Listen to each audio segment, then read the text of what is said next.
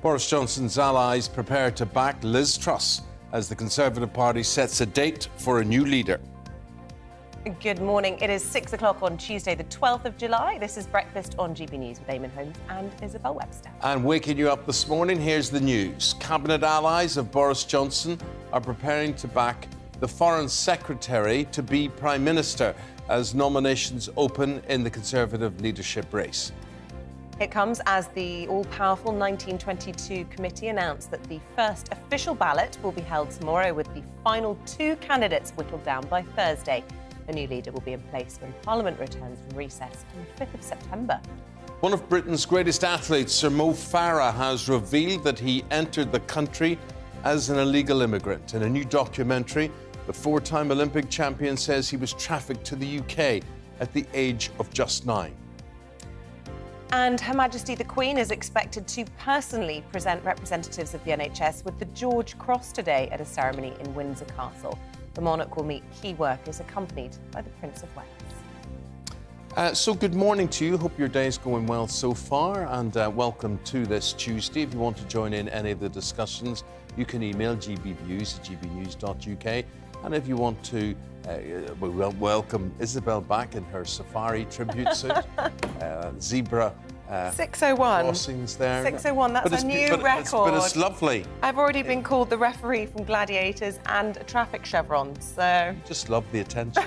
You go looking for it. Well, if you want to get involved in any of the other conversations of the day, please do. But you see, the interesting thing about that and you dressing boldly like that is that think of how many people would have the courage to dress like that today. People will be quite dull in comparison. They will be. I just honestly thought what was the coolest, as in literally cool. No, you're very cool in many ways. Thank you. In many ways. Also, this People's Champion thing, which we forgot about because of all the political goings-on. And because we forgot, because obviously you won your Trick Award last week. It's the first time I've been able to publicly say congratulations for that. You're my People's Champion, because it was a People's vote. Stop looking up to me. I'm Goodness not. sake, I'm just super proud of you. And I, at the same hand, I find it hard to accept that I got the award and you didn't. I didn't even get a nomination, so... But I was going to say I could break it in two and give half of it to you. Then I thought... You did actually say that. You said that in your acceptance speech with tears in your eyes, actually. No. You did. That's lovely. Anyway, he's my People's Champion. Let me know who yours is. Let us know. Get in touch if you think somebody deserves a bit of a shout-out, a bit of public recognition, like Eamonn. Get in touch with Breakfast People's Champion.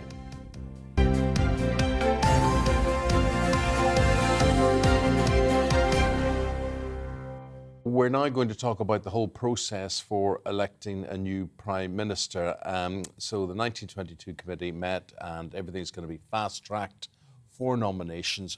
First round of those nominations, it's like a big quiz show competition, open today. Yeah, fast-track feels like an understatement, doesn't it? That first ballot's going to be held tomorrow. The candidates will then be whittled down to just 2 from the 11 at the moment by Thursday. So the new leader... It's going to be brutal, isn't it? I know, yeah, and they think there could be 2 more candidates announced today, so it could be 13 down to 2 in just 2 days.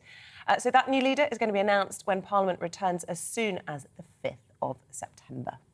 The former Chancellor, Rishi Sunak, will formally launch his campaign today, joining the chorus of candidates promising to cut taxes. Now, this amid reports that Cabinet allies of Boris Johnson are preparing to back Sunak's chief rival, Liz Truss. Well, last night, Nadine Dorries spoke to GB News and had this to say. Rishi had been planning his campaign to the letter, launched it the day it was ready, and everybody else is kind of like blindsided and thinking, what's going on? We've all been working so hard. How can he have been that campaign ready? Well, the answer is he wasn't working so hard. We all were. And I'm afraid we found ourselves in quite a difficult position. For more on all this, we say good morning and welcome to Assistant Editor of Conservative Home, and that is William Atkinson. William, good morning to you. It is getting a bit brutal, though, isn't it, how it's all going to be cut down so fast? Just when we were trying to get to know these candidates, and then there's some of them we'll never get to know because it's all going to be reduced so quickly. Well, yes, I mean, the effort to get it done before the parliamentary recess is understandable, especially because then we have to go to 2 months of the membership stage. But yes, as you say, we're only just getting to know this sort of motley cast of characters, many of whom I think the public don't know as well as perhaps Tory MPs or Tory party members. Or people like you. No. Yes, yeah. political shadows like me. Well, who excites you? Obviously I can't editorialise on air, but I can certainly say that the sort of people who've excited our members so far have been people like Penny Mordaunt and Kemi Badenoch, and both outside of the cabinets, though Mordaunt has prior sort of cabinet experience, and both of them topped a poll that we did yesterday, a survey of who Tory party members saw. I didn't catch who you said, first of all, there. You said Braverman, but who was the other one? Sorry, no, Penny Mordaunt and Kemi Badenoch. Penny Mordaunt. Yeah. She topped the poll that we ran on this programme yesterday, well and truly topped it with 61% of the votes. Wow. So she did. But is she likely to survive until Thursday? I think she could potentially get into the final two. Certainly what she's been successful at doing so far is essentially attracting support from those MPs who are particularly disgruntled with the current government, believe they haven't been promoted properly, and also think that essentially the current leadership just hasn't listened to them. And in that way, she's become a sort of figurehead for discontent within the parliamentary party. Lots of speculation that now Liz Truss will really end up having the sort of right of the party behind her, and it'll be a two-horse race between her and Rishi Sunak. But you never know, stranger things have happened. Between now and Thursday, what are the thresholds that each of the candidates have to reach, and how does the balloting process work? So, first of all, they need to have the support of 20 MPs before they can actually get into the ballot paper at all. So far, Sunak, Mordaunt and probably Tugendhat have reached that threshold. Then, after that, you're going to see a sort of successive increasing of the threshold required with each subsequent round of the sort of ballot until you've got to the process where you've whittled down to a final two. Now, I think the aim is, of course, to have it done by Thursday, but I think it could potentially be extended to even, say, Thursday next week, if it proves to be sufficiently difficult to whittle down that quickly. Why does there seem to be so little time for the parliamentary party to decide and then so much time for the party membership? Because the whole summer period will then be a decision. And how different do you think the views will be between the two? So I think on the first point, I think it's mainly logistical. I think there's also the need to be able to visit party members up and down the country. So that does take a relatively long process. But then also to give them the time to both have contact with the candidates, the final two, and then to actually vote. Whereas I think the pressure is to get the parliamentary stage done as quickly as possible so it can be done before recess while MPs are all still in Westminster. And then also so we can have a new Prime Minister in place relatively quickly. We don't want the government stuck in limbo. But then also on the difference between, say, the cabinet, the parliamentary party and the actual Tory party members. Certainly we see Rishi Sunak as the leader amongst, the frontrunner, I should say, amongst MPs. But as I say, people like Badenoch, Mordaunt, etc., also seem to be far more popular with the party membership than with MPs at the moment. See, I personally don't like the way they're doing this. I like the idea, now there's so many names pop up here and you go, never thought of him, never thought of her. That's quite interesting. I'd like to know more about this. And then suddenly it's like it's being culled straight away, you know, that we don't get a chance to know all this. But what I want to do now is we say this is the People's Channel. You have your say. We're going to Leicester this morning to speak to GB News viewer and listener. There's Ian Fox. Good morning. Nice to see you, Ian. Welcome. Yeah, Ian, tell us a bit about yourself before we start talking politics. Well, I'm just an ordinary guy. I am a Boris supporter. I am disappointed that he's gone. I think he's been badly treated overall by the media and definitely the press. I think he's done a sterling job to date. However, we are where we are, and you know it's evolution, isn't it? Life moves on. Who do you see as the most Boris-esque candidate to replace him? I don't see any of them as having that kind of character. I don't think anyone's got that kind of charisma.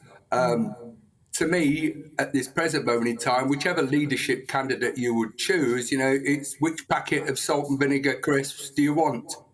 There's no other choices within that. There's nobody that stands out.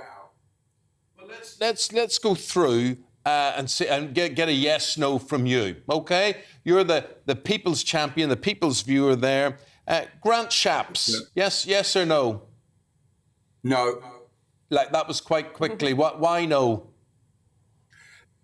He's part of the establishment. He hasn't really done a brilliant job. over the intervening time that he's been in power. He's very good. He's very articulate, but he just doesn't cut it for me. All right, we'll speed through the rest of them. Sajid Javid. No. Well, sorry. Yes, actually, Sajid. Sorry, my apologies. Sajid, yeah. Sajid is my third choice. Oh, okay. I think he'd be really good in that sense. He's a little bit wooden at this present moment in time. Lacks a little bit of personality. You don't see him as responsible for bringing Boris down last week? No, because you see, I'll give Sajid his due. As soon as the debacle that occurred when he was Chancellor, he stood down. He stood up for his people. And whether I agree with him or not is immaterial. That brand of loyalty and desire to protect the people he's responsible for impresses me. OK. Should we keep going through the list? Yeah. Who's this woman, Braverman? Suella Braverman, the Attorney General. Right. Never heard of her. So, she's the Attorney General. She's done quite well. However, she's a lawyer.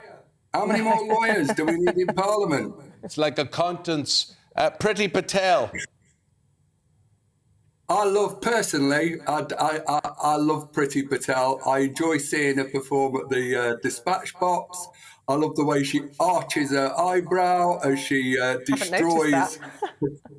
You arch your eyebrows at times. As she puts one of the opposition speakers to the sword. What about Kemi Badenoch? My favourite. Really? Absolutely. Interesting. She's your number one. Yeah. She is. She's without doubt. She's not. She's right. Let's go straight with the basics. She's black. She's bright. She's articulate. She is exactly the kind of person we want. She has launched a campaign on the basis of telling the truth. Which would be a novel experience. Could she win an election, though, a general election? Yeah, I think she could. I think she. I do honestly think that she's got the ability, if she puts forward a vision, and that's the key thing, isn't it? A vision that's inspirational to the public. I'm predicting Penny Mordaunt's your number one. I just want to ask William here before we do that. Why then, and we see in so enthusiastic about Kemi Badenoch, why does nobody know anything about her? Why was her profile so low? Because she hasn't been in cabinet. Essentially, she's been very good at various sort of ministerial levels, but she's yet to actually reach the cabinet. I think she's certainly somebody that, again, political saddos like me might know, and I think she's certainly popular with Tory party members. She struts the right stuff. She worked as a spectator for a while. Who is your number one? Is it Penny Mordaunt? No, Kemi Badenoch's my I thought she was your one. number two. So give us your top three then in order. You've got Kemi at number one. My number one is Kemi Badenoch, for sure. I would choose Priti Patel. She's not declared, though, so you can't have her, sorry. Well, OK, I can live with that. And the other one would be Sajid Javid. OK, fair enough. I just want to ask your view on Rishi Sunak, because it's widely expected he will be in the final two. Well, he almost certainly will, won't he? And this is one of the things that is very worrying, because the parliamentary party are going to make a decision and basically cut things out. And you need to think about what happened with Theresa May, where it was a coronation rather than a contest. If it goes to the members, I don't think Richie's got a chance. Yeah. What about Tom Tugendhat? Well, as a former soldier, he impresses me. The guy's done a fantastic job. He's had a fantastic career. But no. 2-1 nation for you. What about Jeremy Hunt? Sorry? Jeremy Hunt. Say no more. OK, the last one, Reman Chishti. Hadn't heard of him before, I must admit. And on that one, I would agree with William. I've never heard of him at all. And he's one of those that I suspect is probably one that's thrown his hat into the ring for the publicity as opposed to the fact that he's going to actually get anywhere. So yeah, Kemi for me all day long. Oh, do you know who we haven't mentioned is Nadeem Zahawi? Lots of people complaining Nadeem Zahawi made a false move by being promoted to Chancellor and then basically calling for Boris Johnson to stand down. Does that upset you? Should he have had more integrity? Was he plotting? No, he obviously did. You don't take a job. It's like you two joining GB News and then demanding that the programme's changed to, or that the producers leave. He needs to have a chat with himself, let's be honest. Have a word, Nadeem. I've got it. Lovely. Really interesting to talk to you, Ian Fox. It's been very entertaining. Have you enjoyed it, Ian?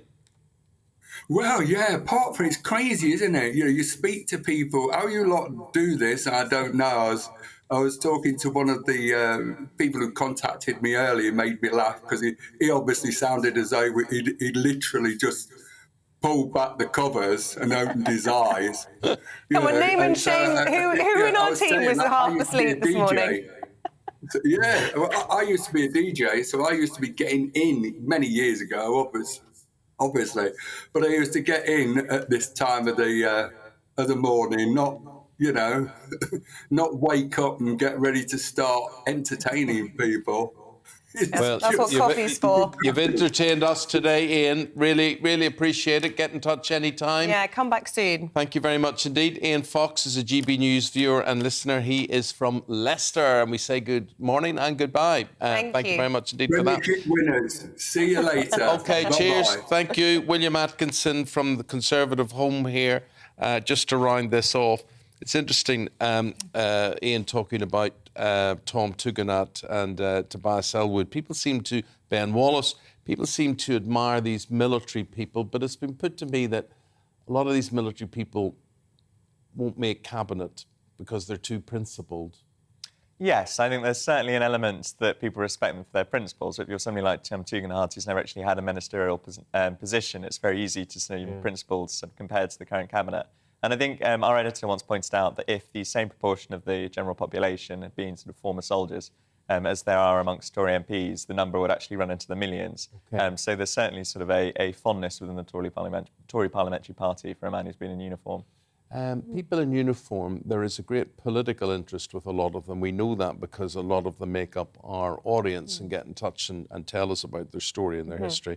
But very interesting points. William, always good talking to you. Thank you. I think it'll be a busy summer for you. I know, just when you thought you might have a quiet I haven't yet booked a holiday for exactly that reason, so who knows? Right, wish you well. Thank you very much. With the time at 6:17, we'll bring you up to date now on the latest headlines this morning. And Sir Mo Farah says he's really proud of a new documentary talking about his past in which he reveals, as the four-time Olympic champion, that he was brought into the UK illegally under the name of another child. He says the show's enabled him to address and learn more about where he's come from and his journey to Britain.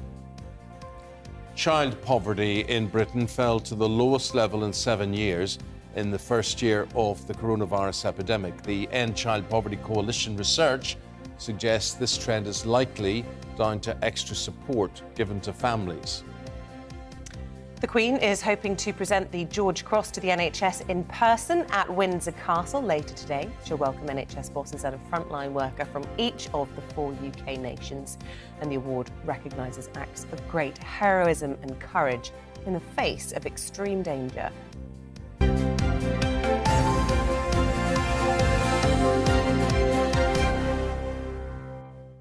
The George Cross, that's amazing. Really amazing. I think that's the equivalent of the military Victoria Cross. So it's the highest civilian honour that you can get. Yeah, and so well deserved for many of those people in the NHS who did put themselves in harm's way time and again during the pandemic. I want to ask you, for my 40th birthday later this year, my husband messaged me the other day out of the blue and he said, what are your top 4 destinations for a weekend away to celebrate your birthday? Yeah. So I went back to him with my list. And you said Belfast, Belfast, Belfast and Belfast. Belfast didn't make my top 4, but neither did Edinburgh, neither did Glasgow. But according to a new poll, both of those cities are in the top 4 best cities in the world. Well done. To visit, Edinburgh being number 1. Now, I love Edinburgh. Absolutely love it. My brother lives nearby. I visit it all the time. It's stunning. It's cold. It's cold. And in the world, I mean, it's not necessarily my number 1. What would be your number 1? Oh, yeah. Well, no, I didn't know you were going to ask me that. Apart from Belfast. Well, you see, I'm surprised. I love Glasgow. I love Scotland. I love the fact that Edinburgh and Glasgow are there, and yet Glasgow and Belfast, that's Edinburgh we're looking at there, which is the posh version of Glasgow. And Glasgow is so like Belfast, therefore I'm surprised that Belfast isn't Where did there. Belfast? It's not there. It's not there. It's not in the top 53. For various reasons. So sorry. But if you asked me, I would say it would be between Cape Town and good shout. Sydney and Vancouver. Okay. And I would think, I worry about the political unstableness in Cape Town, so probably, but Sydney's too far away. Okay, so Vancouver. Vancouver maybe. No, Cape Town. Honestly, Cape Town is gorgeous. It's an amazing just climate. gorgeous. It's got beautiful architecture. It's got beaches. It's got mountains. It's got Cape wildlife. Yeah, Cape Town's a really good shout, I have to say. I do have a soft spot for Amsterdam. Yes. Absolutely beautiful. I love that there's water everywhere. You can cycle everywhere. It honestly is a feast for the eyes and everywhere you look. Amazing culture in terms of relaxed people, and everyone's tall and blonde and gorgeous. But I mean, it's just a fabulous city, and obviously I have connections with it, so I mean, I've got a soft spot. London came 17th, would you believe? London wouldn't feature for me at all, but Rome. Rome's stunning. Rome is stunning. Rome was in my top 4 that I texted my husband for my 40th. I said Verona, Rome, Paris, or Madrid. Yeah, I'm not going to argue with any Verona's of those. amazing. Just put me in the mood. If it wasn't for airports and madness and craziness and delayed flights, would be off there. But anyway, back to other matters. We'll go through and we'll talk about that. Where is your favourite place in the world? Edinburgh, #1 in the world. What a tribute. Well done. It does have beautiful Edinburgh beaches as well. We mustn't forget beautiful beaches. Edinburgh? And you can, never not got far there. from there, but beautiful beaches, and then you've got mountains. You can look it up. Never heard of it. In Colombia. In and Colombia? #4 was Glasgow, and #5 Amsterdam. Very good. Well done, Glasgow. #4, excellent. 2 Scottish cities in the top 4 in the world. I do think that's interesting. Maybe they're voted by football supporters. But I really am very, very fond of Glasgow. Very fond of Glasgow. Yeah. Right, OK, the leadership election, back to that. Yes. And some of the candidates standing for the Conservative leadership include Jeremy Hunt and Sajid Javid. We've talked about them. And they have explicitly ruled out a second independence referendum in Scotland for at least 10 years. Well, our Scotland reporter, Davy Donaldson, is in South Queensferry for us this morning. A very good morning to you, Davy. We'll talk about the leadership contest, and at the end, we'll come back to you to talk a bit about that poll. But what's the mood in Scotland, then, about this contest? Well, I think you can imagine, Isabel, what the mood like is really in Scotland, because a lot of people very, very unhappy. Only 6 Conservative MPs in the country. So for 2 of the people in the leadership race to come out and say that they wouldn't have a second independence referendum within a decade is a real slap in the face to the majority of the country, which obviously voted SNP, and that's why we have a Scottish Government under SNP rule. So, yeah, a lot of people not very happy at all. I think obviously that will impact, you would think, perhaps on the leadership race, and certainly some people would look to the other candidates and say, well, what are you going to do about it? There's been lots of talk about, of course, tax cuts, but I think people in Scotland want something else. I spoke to some people earlier today to get their thoughts on what they thought about the independence referendum delay of potentially a decade. It's already been nearly a decade since the last independence referendum, and in that time we've left the EU, having a cost of living crisis, we've had a pandemic, and I feel that quantifies a massive change in which I think the Scottish public should be able to vote again. Like, I was too young last time, and like all of my mates was massively pro-independent. So I think the Tories are scared that if they do allow another referendum, that they're not scared. They're a bit scared that they might lose it. Absolutely disgraceful. It is. Scottish people should have the right to actually decide the future.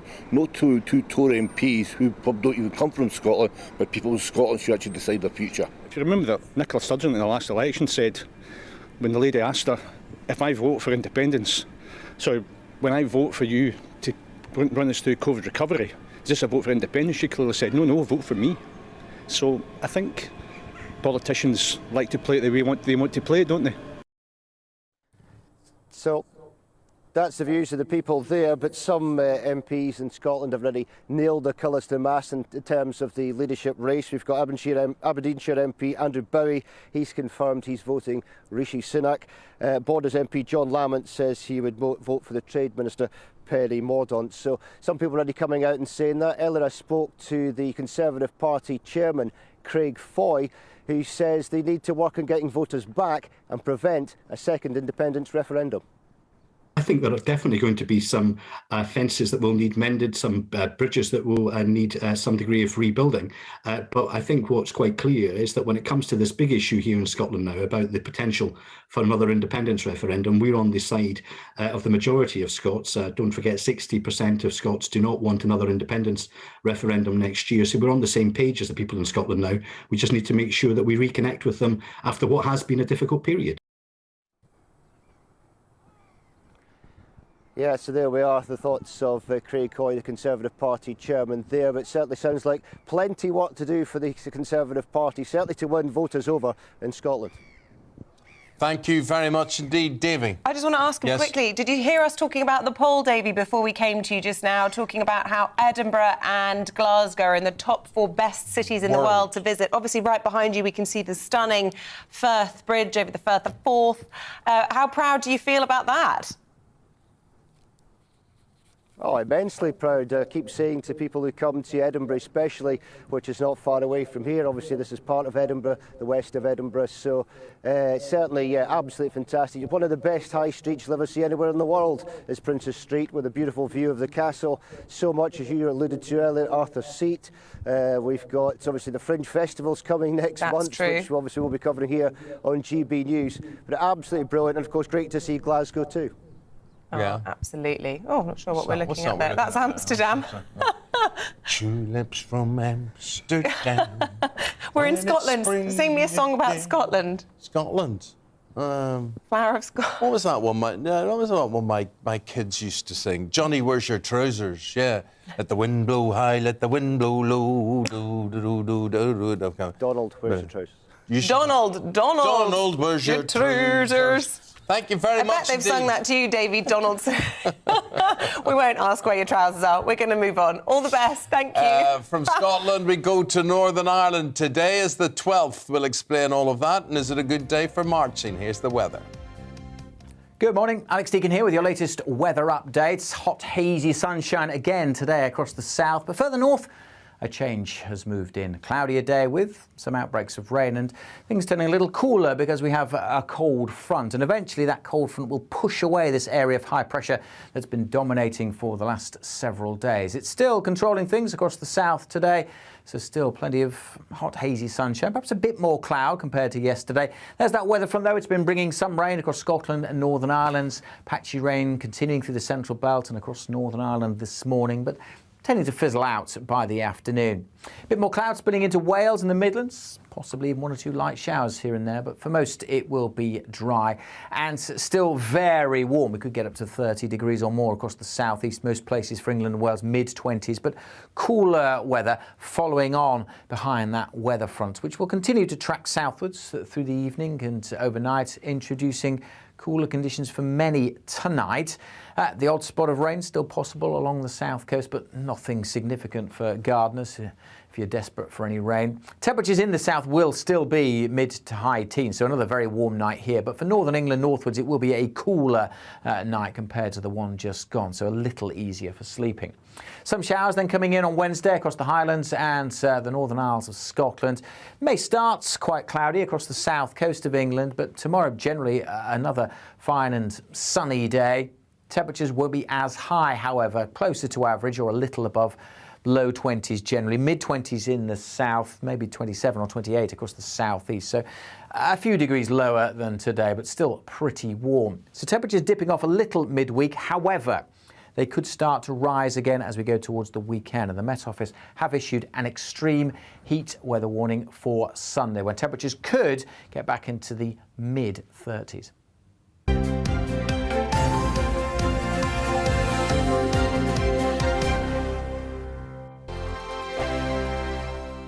We are GB News. We're right across this great nation. On TV. On radio. On digital. Absolutely. absolutely everywhere. We don't talk down to you. We embrace all voices with honest and civilised conversation. We are not part of the establishment. We're one of you.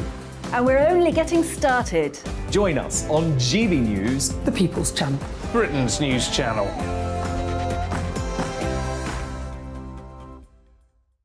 Hi there, it's Stephen and Anne. At breakfast from 6 a.m, you'll always be caught up with everything you need to know, the latest headlines, opinions and debates. We'll bring you the good news and the bad, but most of all, we're here for you. Remember, send in your views and let us know what you would like us to talk about. That's because we're your news channel. And every morning at 6 a.m, it's breakfast on GB News.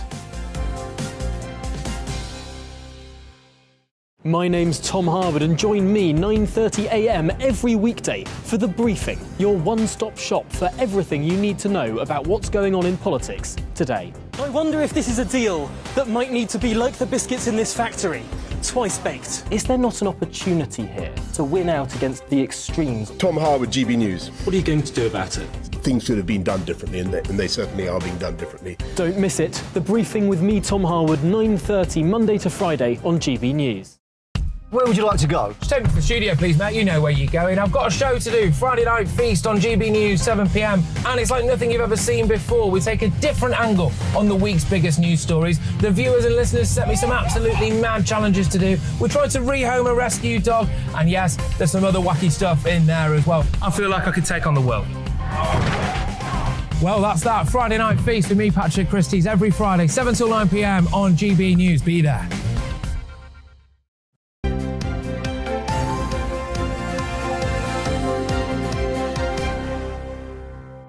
6:32 is the time on this Tuesday, July the 12th. Still to come on this morning's programme. Only a third of eligible new fathers are taking paternity leave due to the low pay. We'll ask one dad how he's calling for a parenting leave reform. We'll meet him at 6:45. And then Her Majesty the Queen preparing to present the George Cross to representatives of the National Health Service. We'll tell you who's in line for the honour just before 8 o'clock this morning. And remember, you can get involved in all of our discussions. Email gbviews at gbnews.uk or you can tweet us at gbnews.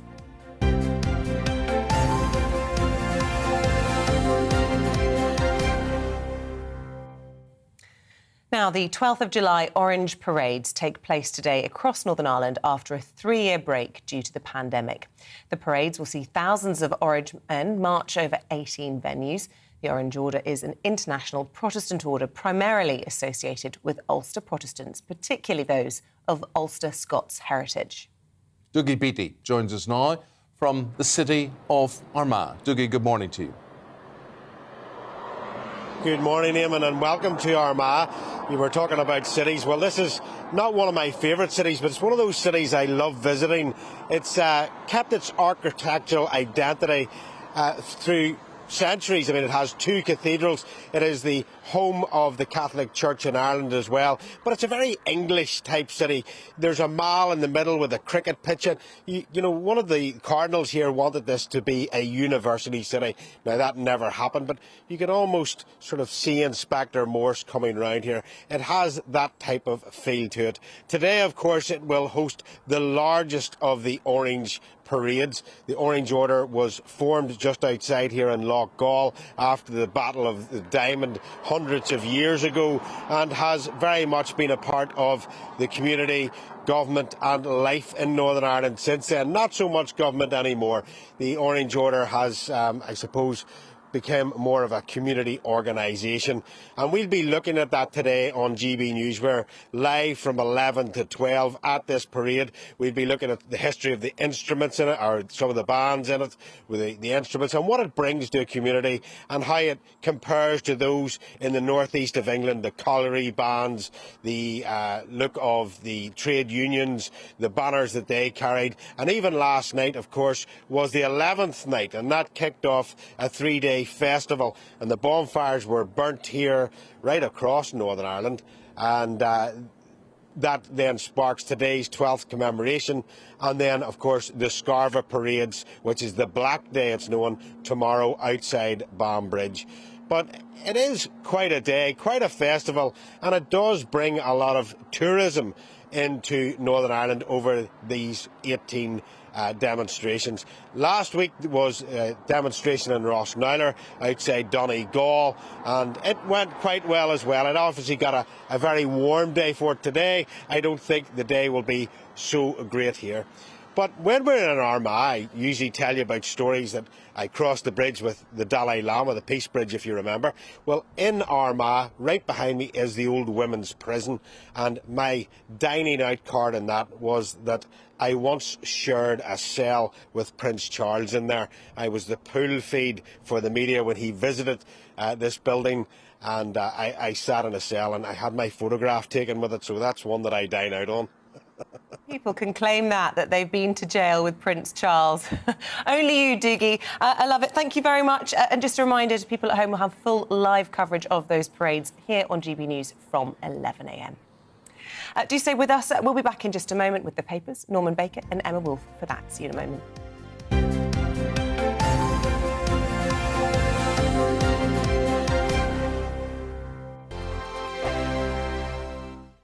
We are GB News. We're right across this great nation.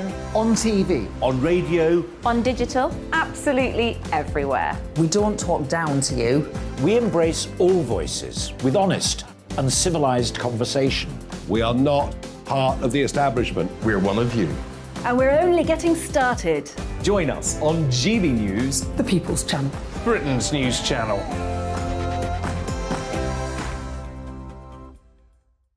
Hi there, it's Stephen and Anne. At breakfast from 6 a.m, you'll always be caught up with everything you need to know, the latest headlines, opinions and debates. We'll bring you the good news and the bad, but most of all, we're here for you. Remember, send in your views and let us know what you would like us to talk about. That's because we're your news channel. And every morning at 6 a.m, it's breakfast on GB News. My name's Tom Harwood and join me 9:30 a.m. every weekday for The Briefing, your one-stop shop for everything you need to know about what's going on in politics today. I wonder if this is a deal that might need to be like the biscuits in this factory, twice baked. Is there not an opportunity here to win out against the extremes? Tom Harwood, GB News. What are you going to do about it? Things should have been done differently, and they certainly are being done differently. Don't miss it. The Briefing with me, Tom Harwood, 9:30 Monday to Friday on GB News. Where would you like to go? Just take me to the studio, please, mate. You know where you're going. I've got a show to do. Friday Night Feast on GB News, 7 p.m. And it's like nothing you've ever seen before. We take a different angle on the week's biggest news stories. The viewers and listeners set me some absolutely mad challenges to do. We tried to rehome a rescue dog. And yes, there's some other wacky stuff in there as well. I feel like I could take on the world. Well, that's that. Friday Night Feast with me, Patrick Christie's, every Friday, 7 till 9 p.m. on GB News. Be there.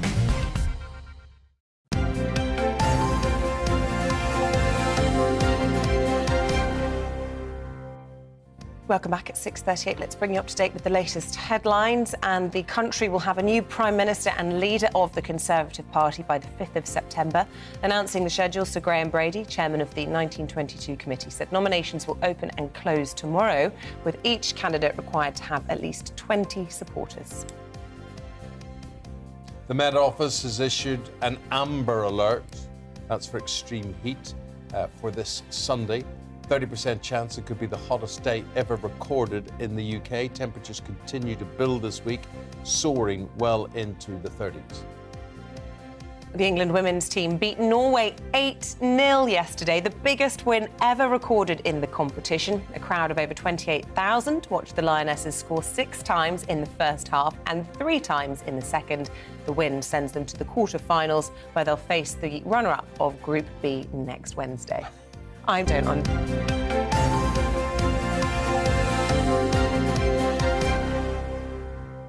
They won 8-0. They scored 6 in the first half and 3 in the second half. I don't understand. Anyone want to explain that to me? Paul Coyte had thread it past, or it's a little error in the script now. Let's go through the newspapers. Former Home Office Minister, Mr. Norman Baker, and he's joined by the author and journalist Emma Wolfe. Very nice to see you. Good morning to you both. Today. Norman, we're going to start with you and this whole procedure, this electoral procedure set out by the Conservative Party, with a new Prime Minister to be named on September the 5th. This is the front page of The Guardian. And many other papers as well.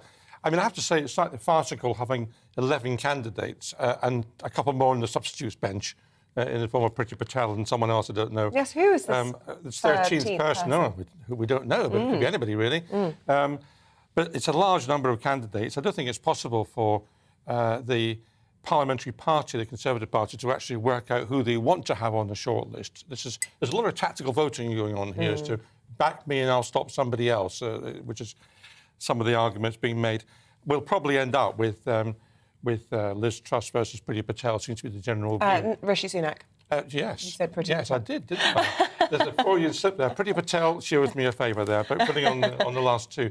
But no, we've got a situation where there's too many candidates, and yet we're going to have a very truncated period for the MPs to decide who they want to have, a couple of days almost. And then there's this huge period between July 23rd or thereabouts and September the 5th when the membership can make up their minds. And that's 6 weeks or thereabouts. Meanwhile, Boris Johnson sits in number 10 doing whatever he wants to do, drawing up his peerages he wants to hand out, and his final resignation on his list, no doubt. Why can't that period be shorter? I would have thought a new Prime Minister, whoever it is, should get their feet under the table in August when it's quiet, get used to what's happening, rather than be bounced into the situation on September the 5th. I think you're right, yeah, I can't disagree with that. And do you think that there is any fairness in the fact that they're trying to get out and about and talking to the party membership and all of the... it's interesting, the waiting of time, as you say. Do you think there's almost more import put upon the the membership? Well, the membership comes into play only when we have a short list of two, really. They don't have a say in the matter until then. So, in a sense, the target for the candidates now is to persuade their fellow colleagues to give them 20 votes at least to get them on the ballots to start with, and they would take it from there. I mean, it may well be people are on the short list of two who, at the end of the day, the Tory party may think, well, that's not the right two we want to have on there. There may be candidates who should be on there who won't get through. Kemi Badenoch, for example, has got an interesting candidate. Yeah, but you don't find out anything about someone like her who hasn't got a very high profile. I mean, we suddenly go from 11 to 2 very, very quickly. So just when you think, that's interesting, then... But I think that almost is deliberate, isn't it? Because they're just worried about all the infighting and destroying each other. They've just suddenly decided, you know what, this is not a good look. If all of these cabinet members say you're rubbish and then you try and have a functioning government at the end of it. Well, they are saying that, aren't they? There's a lot of backstabbing going on absolutely. As to who... I mean, they've all got to live together afterwards. Exactly. Emma, there's a story doing the rounds in many of the newspapers. You've chosen the front page of the Times, and it's about Sir Mo Farah. And basically, he isn't who we think he is. And this is as a result of a TV documentary which is coming out soon. Yeah, absolutely. So this is a BBC documentary which is, I think, tomorrow, going to be aired tomorrow. And so Mo reveals, and it's across the papers, the Times, the Eye, the Sun, the Mirror, everything. He's been living a lie for about 30 years. It's not his real name. Mo Farah is not his real name. His real name is Hussein Abdi Kahin. He was actually trafficked here at the age of 9. He lived with a married couple and was actually treated like a slave. Yeah, what does that actually mean? Trafficked here. I mean, as you say, that he was into servitude, does he? He was 9 and he was brought here from Somalia, so it was where he came from. But he'd said that he arrived here to join his father at the age of 8. It turns out his father had died in the Civil War when he was about 4. So you know, he maintained this lie in order to protect people that had helped him. He was also worried about his British application, which is now sort of under question because not using his real name. Well, the Home Office have come out and said, do you know what, there's no question we're going to be sending him home, especially as he's now a Sir and 4-time Olympic winner. But what an extraordinary story to wake up to this morning. And to be carrying that all through your adult life and all the public, publicity that he's had over the years. And interesting how it was his wife who really persuaded him to face it all head on and do this documentary. I think it highlights just how much fear there is around, there was a PE teacher who helped him at that time and intervened with social services and things like that. And it just sort of highlights how difficult the situation is. He was an illegal immigrant. He did come here under a false name and then was in a terrible position as a child. I mean, you were a Home Office Minister. Yes. There must be so many cases like this in the UK. I think what worries me is the fact that when people do come in illegally, they are therefore very vulnerable because they need to keep themselves secret and otherwise they can be deported. And you end up with, obviously in this case, some were ending up in effective slavery as a young child, which is a terrible situation. But I saw the Home Office, particularly women coming in who were then subject to trafficking, who were then exploited for sexual purposes, and didn't want to ever go into the police because they were frightened of being deported. Extraordinary, isn't it? Mm. Right, so that documentary soon on the BBC. Norman, we go back to the Conservative leadership race. Daily Mail front page. Liz Truss urges her rivals to end their campaigns and back her. Why wouldn't they? Well, a couple of things here. First of all, this is about who the Daily Mail wants as Prime Minister. Very interesting. And who they don't want, more to the point. That's right, they don't want Rishi. And secondly, it's about, as I mentioned, tactical voting. As a Liberal, I'm very in favour of tactical voting. And quite clearly what she's saying is that if you want to beat Rishi, you have to vote for me, which is an argument, I suppose. It's not really a very positive one, but it's an argument. Why are they so against Rishi? I don't really know. I mean, he's not exactly on the left of the party. I mean, he's quite hard on taxation, isn't he? Or allegedly is. He said he is. But they seem to have decided they don't want him. I can give you an exclusive here, though, this morning, which is that one of my friends sent me a clip from TikTok yesterday. And this is a clip from about 1992 at a Liberal Lib Dem conference. I think it was held in Brighton. And there was a debate on the monarchy. And the clip that I was sent shows two people standing up and debating the future of the monarchy. One of them was me, looking very young, I might say, and the other was Liz Truss, who was a young Liberal, calling for the abolition of the monarchy. She was a young Liberal calling for the abolition of the monarchy. You heard it here first, GB News listeners and viewers. And it's on TikTok. And now she wants to be Prime Minister. And I have to say, I saw this clip this morning, and I have to say, you look the most similar to how you did it. What year did you say it was? About 30 years ago. 30 years ago, whereas Liz Truss, unrecognisable, but very young. How old do you think she must have been then? She must have been about 20, I think. 20, and talking to a huge, huge crowd. So she had political ambitions even from her 20s. We'll try and find a clip, or if I can retweet it or something, so that we can share it with you at home. How interesting. Liz Truss wanted the monarchy abolished. Going to win? That's a very difficult question. I think she might win, as a matter of fact. I think she will as well. I'm going to call it. The electorate, the Tory members, who are not representative of the public at large, of course, they represent a narrow section of the public, I don't think they want Rishi. But they do want some sort of reincarnation of Margaret Thatcher, do they? I think maybe they do. And the other thing which worries me genuinely about this debate is that there's this kind of rush to the bottom on tax cuts. And you got William Hague in one of the papers today saying, hang on a minute, this is not very sensible politics. And Lord Lamont yesterday. And Lord Lamont. Because at the end of the day, these people have to deal with the public finances. And you cannot have a situation where taxes are cut hugely and public spending goes up. It just doesn't add up. Yeah, and, you know, Rishi Sunak's the only one who's actually been in the Treasury and has any actual access to the books. And it's interesting, there's a piece inside the Times, page 8. Past chancellors and experts are lining up and attack the race to slash taxes. And Rishi Sunak has come out and said, I will slash taxes just as soon as I've sort of directed the country through these economic headwinds. Which is actually a responsible position to take. Let's talk about the weather, or I call it summer. As someone who lived through, as Norman will have done, the 1976 beautiful summer. Yes. How hot did that get? It was lovely. Yeah, but how hot?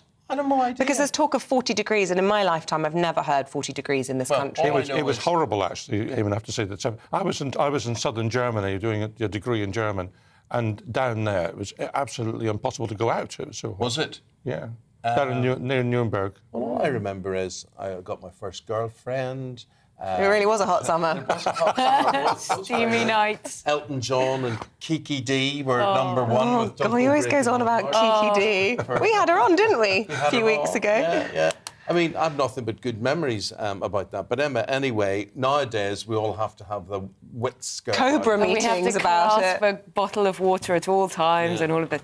Thing is, in winter, I long for days like this. I long for weeks like this. And then when it's actually a reality and you're outside or you're on the tube and it's 1,000 degrees and everybody is sweating all over you, it's kind of unbearable. So. This is where I have huge respect. When I'm on holiday and by a pool or something, and I watch people working in hotels or, you know, being porters or drivers or working in an office or whatever, and I think, you know, those, well, they have to do it. They have to work in banks, they have to dig roads, they have to do all sorts of things. But when you're in a very, very hot country, don't you find you slow down? I find I walk down the street so slowly, you know.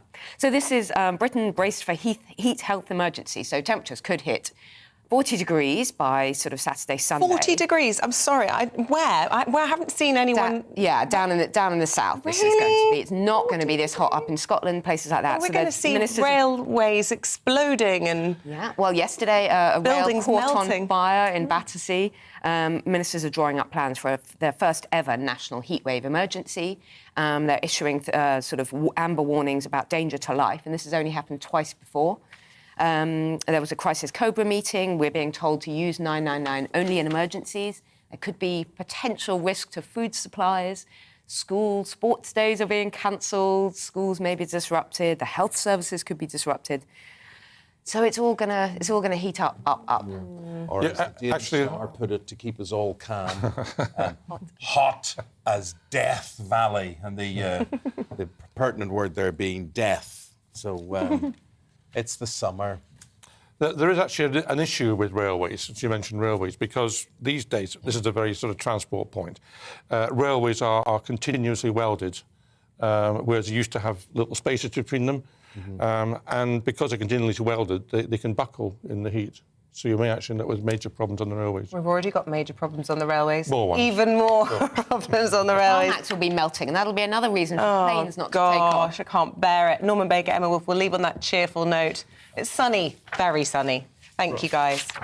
A third of eligible new fathers are taking paternity leave because... Only a third. ...are not taking paternity leave because pay levels are too low to take time off.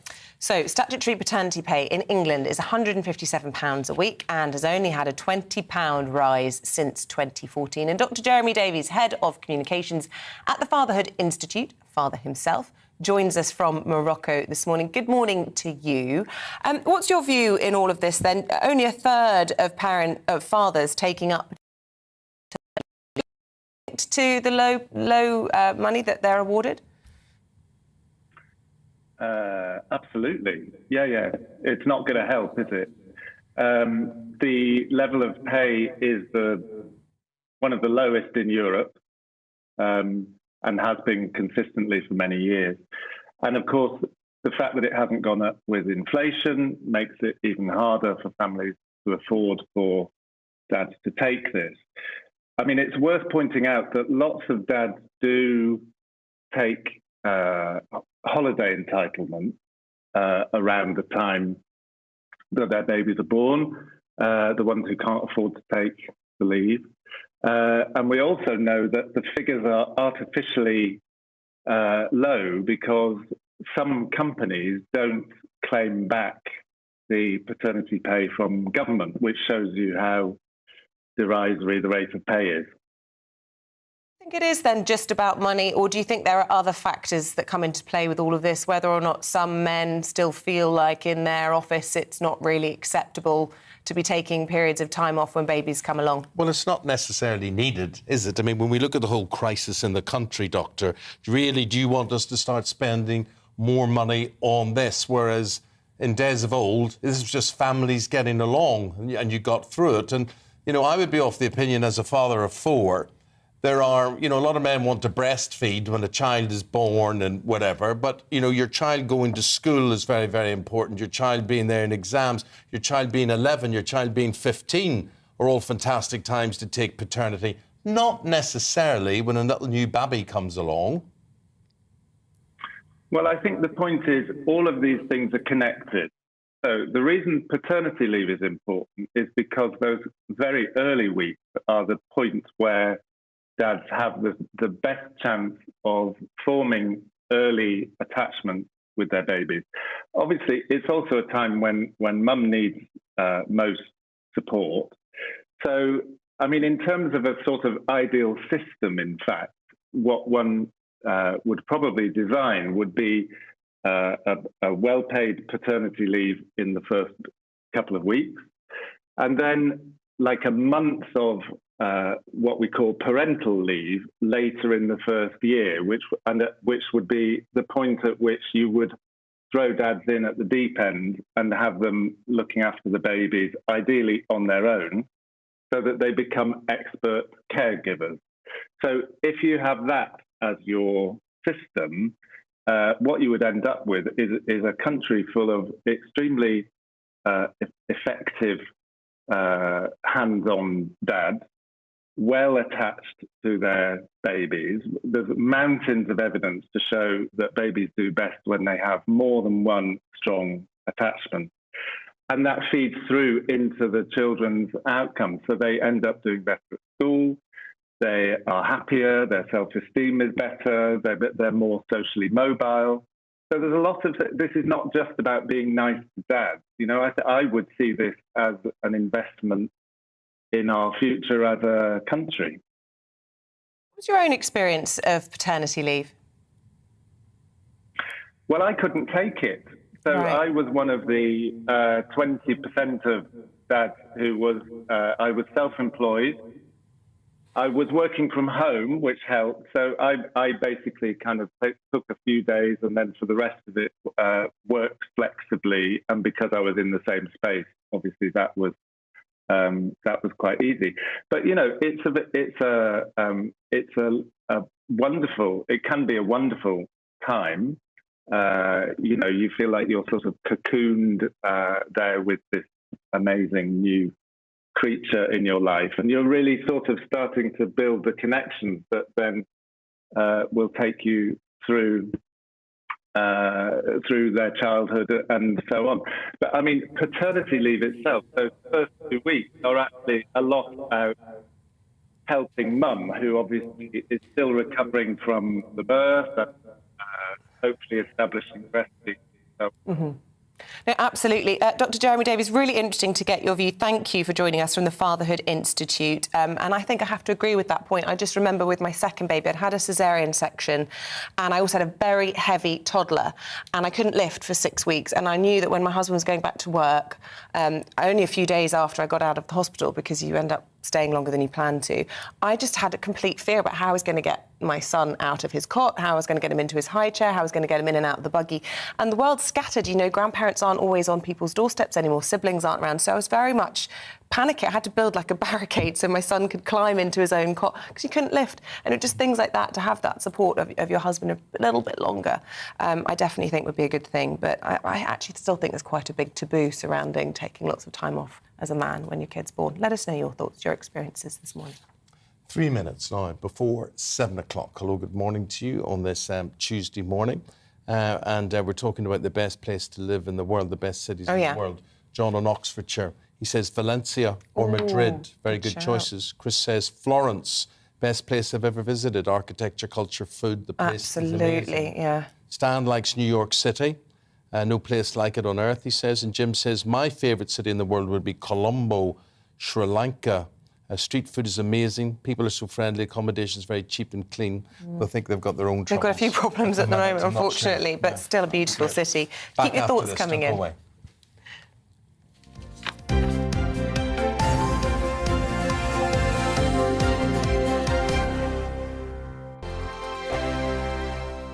We are GB News. We're right across this great nation.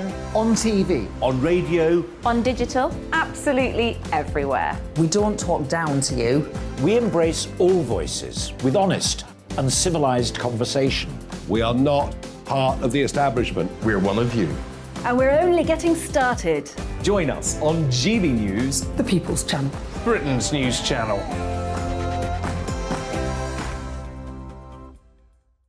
Hi there, it's Stephen and Anne. At breakfast from 6 a.m, you'll always be caught up with everything you need to know, the latest headlines, opinions and debates. We'll bring you the good news and the bad, but most of all, we're here for you. Remember, send in your views and let us know what you would like us to talk about. That's because we're your news channel. And every morning at 6 a.m, it's breakfast on GB News. My name's Tom Harwood and join me 9:30 a.m. every weekday for The Briefing, your one-stop shop for everything you need to know about what's going on in politics today. I wonder if this is a deal that might need to be like the biscuits in this factory, twice baked. Is there not an opportunity here to win out against the extremes? Tom Harwood, GB News. What are you going to do about it? Things should have been done differently, and they certainly are being done differently. Don't miss it. The Briefing with me, Tom Harwood, 9:30 Monday to Friday on GB News.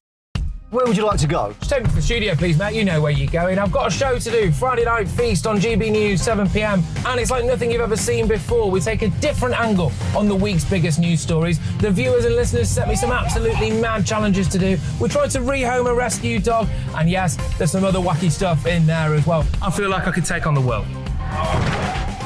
Well, that's that. Friday Night Feast with me, Patrick Christie's, every Friday, 7 till 9 p.m. on GB News. Be there.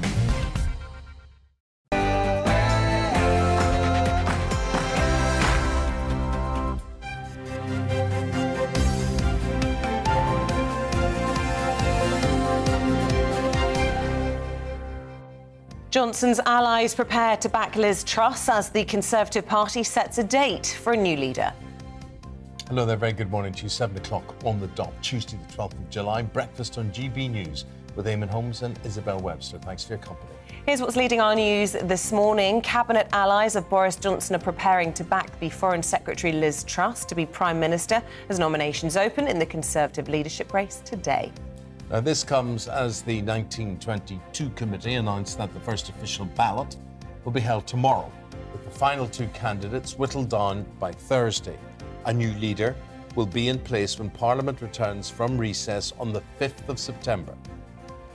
One of Britain's greatest athletes, Mo Farah, has revealed that he entered the country as an illegal immigrant. In a new documentary, the four-time Olympic champion says he was trafficked to the UK at the age of 9. And Her Majesty the Queen will personally present representatives of the NHS with the George Cross today at a ceremony at Windsor Castle. The monarch will meet key workers accompanied by the Prince of Wales. And you can join any of our discussions, as always. Email us gbviews@gbnews.uk or you can tweet us @gbnews. Honestly, to me, it was like when I got that award last week for me holding this programme together. It felt like getting the George Cross. The next morning? Yeah, it just felt like it. I'm so sorry I wasn't here. I caught COVID. I was a little bit ill. You've taken so much on your shoulders on that programme, just having to do it. Incidentally, somebody likes your dress, I have to say. I have to say, it's a trouser suit, but thank you. Oh, is it? Yeah. Paulette, no less. Yes. Thank you, Paulette. That's very nice. I'm getting Great to see Eamonn back on the show today. No, great to see Isabel back at the helm. The A-team complete is actually what it says in black and white written here. Eamonn and Isabel back together. Isabel's dress looks fabulous. Thank so you. What is it? Do you want to do a twirl for us? No. Mine's not a dress either. No. Mine's a suit. It's all one. Not wearing a skirt today. Yeah, it's a boiler suit. It's not. I've got because you're boiling in it. Yeah, the best. Look, also we want to know from you. You're very good. We've already had a viewer on from Leicester this morning, and we want to get out and about into your homes, on your street. We're also looking for a people's champion. We are. So if you know somebody deserving who you think needs a shout out, we're going to collate the best ones. Do send in your emails. We've actually had so many. We need to get up to date, get up to speed on this, don't we? I thought we didn't have any. No, we've got so many. Yeah, we just haven't got around to organising them. We keep talking about it because we haven't got any. No, we've got loads, but we need more. Do we? Keep them coming. Yes.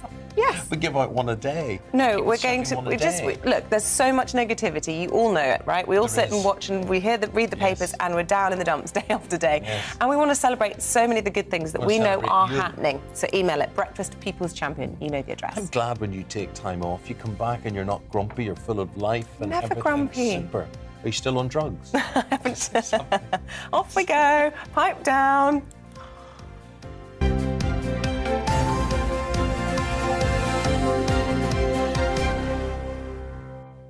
So we're going to talk about the process for electing a new Prime Minister. So that person, the whole process is going to be condensed, it's going to be fast-tracked. Nominations for the first round open today. Stop me when you don't understand. Well, so far, so good. I've got that. So the first ballot will be held tomorrow. The candidates will then be whittled down, would you believe, to 2. OK, there's 11 candidates at the moment. Rumours there could be 13 by the end of today. 2 by Thursday. Straight down to 2 by Thursday. They're brutal, aren't they, the Conservatives? Yes. Yeah. So the new leader will be announced when Parliament returns from recess on the 5th of September. Now, the former Chancellor, Mr Rishi Sunak, will formally launch his campaign today. Better get a move on, because it's all going to be over by Thursday. Joining the chorus of candidates promising to cut taxes. Well, it comes amid reports that cabinet allies of Boris Johnson are preparing to back his chief rival, Liz Truss. Now, you're going to hear now from Nadine Dorris, right? And she's culture and media, and she is one of Boris Johnson's big friends, big allies, very loyal to him. and she spoke to our very own Mr. Dan Wootton last night about Rishi Sunak. This is what she had to say. Rishi had been planning his campaign to the letter, launched it the day it was ready, and everybody else is kind of like blindsided and thinking, what's going on? We've all been working so hard. How can he have been that campaign ready? Well, the answer is he wasn't working so hard. We all were. And I'm afraid we found ourselves in quite a difficult position. Oh, it's hilarious. It's hilarious. Oh, no, it is hilarious listening to them. And so, Nadine, Liz Truss wasn't planning her campaign, was she not? She found herself in Indonesia, wet her pants, basically, because this was all happening, jumps on a plane back from official business in Indonesia. You know, they're all, I mean, unbelievable. Let's get the voice of youth on all of this. The founder of Youth Vote UK, Mr. Alexander Cairns, friend of the programme, in the studio again. But, you know, the thing is, it's great drama, it's great theatre. Pity it's all going to be over so soon. Yeah, I know, and I think that's actually a key point. We do need to hear a lot more on policy from all of the candidates. Given the timeline is going to be quite tight, it's going to be quite difficult to do that. So I think what we're going to see is big, flashy headline policy points, which is fine.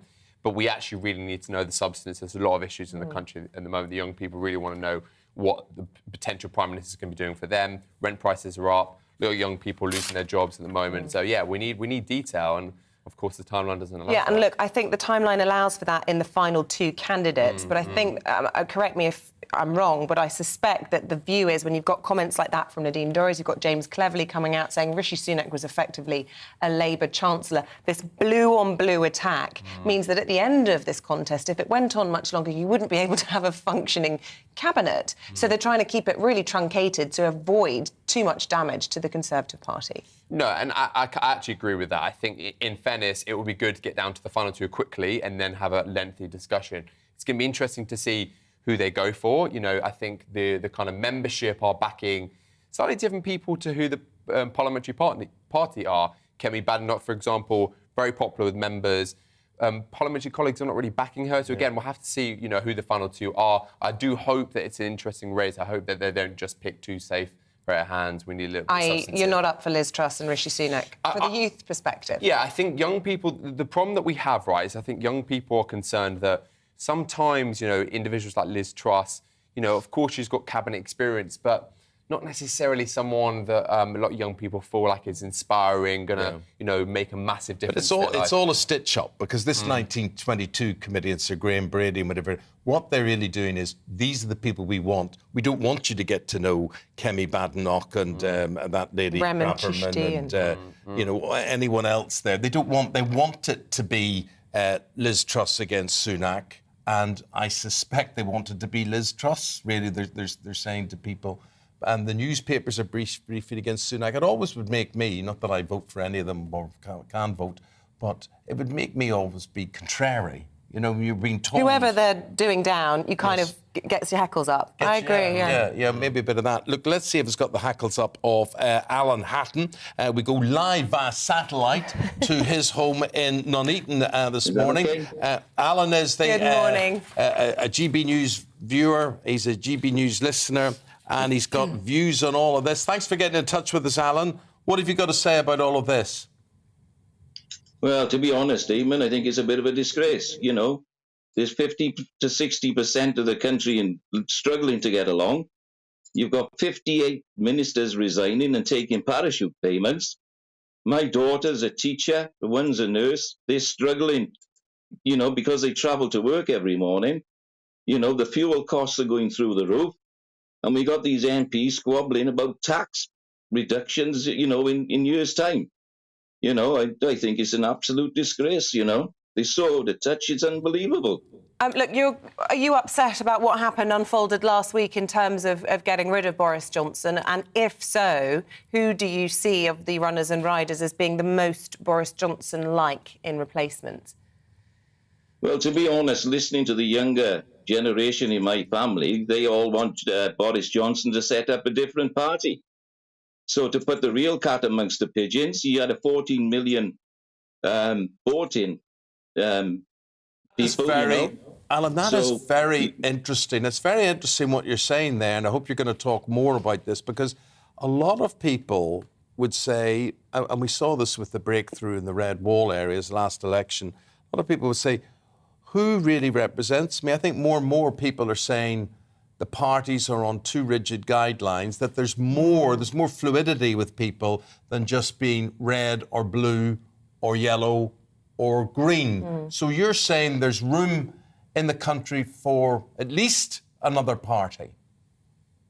Well, I think if Boris Johnson puts something up like a vision party and surrounds himself with like Kit Malthouse and, a lot of people like that who drove the London sort of economic profile forward, I think a lot of people will still go along with Boris Johnson for all his faults. Well, let's bring in Alexander Cairns, who's still in the studio with us for his view on that. Interesting there that Alan believes that if Boris Johnson were to set up his own party, that would be more reflective of the views of the younger generation, of teachers, and I think he said he had a nurse as a daughter as well, as one of his kids. I mean, what would Boris's party stand for? Yeah, I don't know if I necessarily agree. I actually think, unfortunately, young people used to really like Boris Johnson when he was mayor of London, really found him charismatic. Fortunately, now he's really lost that trust. I think, he's let a lot of young people that had grandparents who were in hospital get really frustrated whenever the name Boris Johnson comes up. So from my perspective, I actually, unfortunately, politely disagree with that. I don't think young people would want to back a Boris Johnson party. But I think his point is that there may be room. I mean, Alan's talking about Boris Johnson specifically there. But is there not room for more fluidity in terms of votes? For instance, take the Conservative Party. It looks like we're going to get two candidates that are not going to be modern, whereas you look at someone like Penny Mordaunt, who may have quite contemporary views on social issues and things, and yet that's not going to be represented. Yeah, I agree with that. It needs to be more fluid. I think young people really want a candidate that understands what they're going through. Like I talked about before, a lot of young people rent, haven't heard anything from any of the candidates on what they're going to do for, landlords putting up rent prices, for example. A lot of tech startups are cutting young people. Obviously, we're going through a difficult period at the moment. And all I've heard from the candidates at the moment is what they're going to do on tax. That's fine, but being Prime Minister is more than just making tax policy. Well, it's still early days, isn't it? For sure. So what else do you want? Yeah, I mean, you're talking about rent as a particularly young person's issue. What other key areas do you want to hear discussed? Yeah, and I think, a lot of young people obviously want to talk about what's happening in education. So obviously, universities, they're frustrated. They don't think they've got value for money for the last few years. Right. They want to understand whether the apprenticeships going forward are going to be the right route for them. There are lots of things that young people want to know about coming into the working world. It's really important for them. And what about more mature people, Alan? What do you want to hear about there in Nuneaton? If I've got it right, if I'm reading you right, was construction your business? Were you on building sites, or have I got that wrong?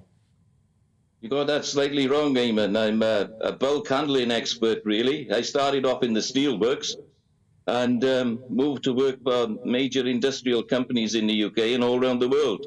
Wow. So I've had a very fortunate career, if you like. OK, so... I think at the moment, we're not doing enough to embrace young people. We got the best universities in the world. We have so many young people who, I'm at an age where I could have walked into apprenticeship anywhere. A bit like you could have picked whatever trade you wanted to do. But now we got so many restrictions, there seems to be, no opportunities for young children to really progress. Alan, can we play a game with you of yes, no if we went down the list? Do you mind just giving us a yes or no, and just to rule out who you really don't like would be helpful? Rishi Sunak? Not for me, really, no. Tom Tugendhat? I'd be on the fence, really. OK, Grant Shapps? Definitely no. Penny Mordaunt? I would like to put Grant, if I can just say, Grant Shapps for me is an absolute disaster. I travel the motorways regular. I'd like to put him in a car, put him in my old car and get on a smart motorway and break down with his nearest and dearest in the car. And don't do it for one day. Do it every day for a week. Do you know, Alan... And see how good his smart motorways are. I find this so interesting. Very good point. I'm with you there. Can I just quickly say, Grant Shapps really gets people going. I've really noticed that, and there's not a lot of love. No, because Grant Shapps has no sort of awareness. right? He doesn't realise that read the room, when Grant. he comes on the TV, people switch off. Probably a bit like me. No. But yeah, he has no self-awareness. Where do we get to on the list? Penny Mordaunt. I think she's got lots of opportunities, to be honest. Okay. Yeah, but we're not gonna hear a lot about her. I suppose a lot of this is about people positioning themselves, if they don't get the leadership, getting themselves in a cabinet post, perhaps. Well, you know, I think I'd rather have her running the country at the moment than most of the others, to be honest with you. Interesting. Okay, Nadeem Zahawi. I've got a lot of respect for him, but I think he's just blown it out of the water with his right. latest antics, really. Jeremy Hunt. Definitely no. Sajid Javid. Not really, no. Kemi Badenoch. Definitely no. Oh, okay, why not? I don't think he's got the profile to do the job. Okay, Suella Braverman. She's got possibilities, obviously highly educated and seems to feel the way quite right, you know. But, Reman Chishti. No, not for me, thanks. Liz Truss. Not really. I think she's blown her opportunities, really. But what if it came down to Rishi Sunak versus Liz Truss? Who would you choose? I wouldn't vote, really. No. Are you not a member of the Conservative Party membership? No, I'm a floating voter. Like I say, my home is in South Wales, and I often email my MP, David T.C. Davis. And to be honest, he comes across poorly, I think, on the TV. But when you actually interact as being one of his residents, if you like, he's absolutely brilliant MP. Lovely. Don't cut me off, Eamonn. Well, I'm off. I'm trying. This is what happens on TV. They say, go to the headlines next, and I'm going, no, don't go to the headlines. And then they cut you up. Because I want to go to this Labour MP who's next, which is what exactly we are going to do. My friend, it is lovely talking to you, Alan. Thank you very much. Thoroughly enjoyed that. You'd never guess you were from South Wales. You'd never guess. Good man. Well, you never mentioned St. David's as the best city in the world because it's the smallest, Eamonn. You know that? No, I didn't know that. No. Oh, that's good. Well, thanks for your... Were there any Welsh cities in that top? Were there any Welsh cities in there? I can't see any. I don't think Wales made the top 50. It's a travesty. Of course we don't. It's hidden. We don't like to... boast. Yeah, advertise it too much. Keep it a secret. Best kept secret. Love it. Alan Hatton, it's been lovely talking to you. Thank you very much. Good sport. He's been great. Thank you, Eamonn. Thank you, Isabel. Thank you. And Alexander Cairns, we should say thank you to you as well. Now, here's the man from Labour, James Murray. James is the Shadow Financial Secretary to the Treasury. Sorry to keep you waiting, James, there, but we were, as you could tell, we were involved in this leadership race. Who do you want to see leading the Conservatives? There's a long list to go through there, so... Yeah, sorry. Who do you want to see as the next leader of the Conservatives? Well, I don't get to have a say in that, but I think from our point of view, we know already. You must look at someone. You must look at someone. You must look at someone and say, if they were elected, we're on a winner here. We're going into power. I mean, who's the biggest dummy, as far as you're concerned, that you would like to run the party that will be good for Labour? Look, I think whoever wins the Conservative leadership challenge, we are going to take them on, and we are in a strong position to win. You know, we have looked at the Conservative leadership candidates who have declared themselves so far, and we know that they all have their fingerprints all over the Tory tax rises of the last few years. They've all been supporting Boris Johnson. I think it's really clear that change at the top of the Conservative Party is not really going to mean any change at all. And what we want is a general election so that we can get a Labour government. OK, from tax rises to tax cuts. I mean, all but one of them are calling for tax cuts now. So where do you stand? I mean, you can't have it both ways. Tax rises or tax cuts? Well, I think this is just like a bonanza of fantasy economics over the last few days from the Conservative leadership candidates.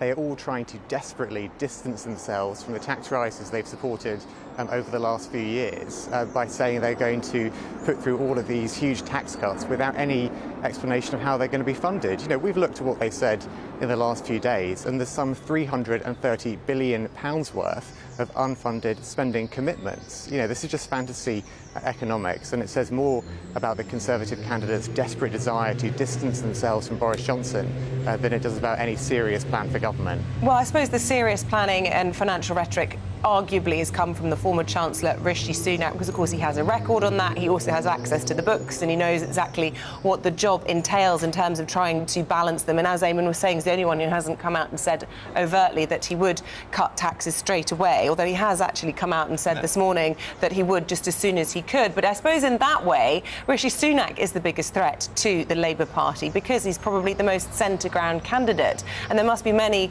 Labour supporters who would look and think perhaps he would be a threat at a general election or tempting to vote for. I think the problem is that Rishi Sunak lacks any credibility when he talks about tax cuts. You know, he's been talking for several months about his desire to cut taxes, but I think people looking at him will look at his record and look at what he's actually done in office, which is to raise taxes on working people right in the middle of a cost of living crisis. You know, he has made us the only G7 country, the only major economy to raise taxes on working people in the middle of a cost of living crisis. And I think that whatever he tries to say now, however he tries to rewrite history, people will look at what he's done and they will see that he is not on their side. I know you say, James, that they haven't costed these, but people like Nadhim Zahawi have been quite straight and they're saying they're going to cost these by cutting public services brutally and the civil service, I suppose, and the public purse brutally. So that's how it's going to be done. So that puts you on sort of war alert, does it?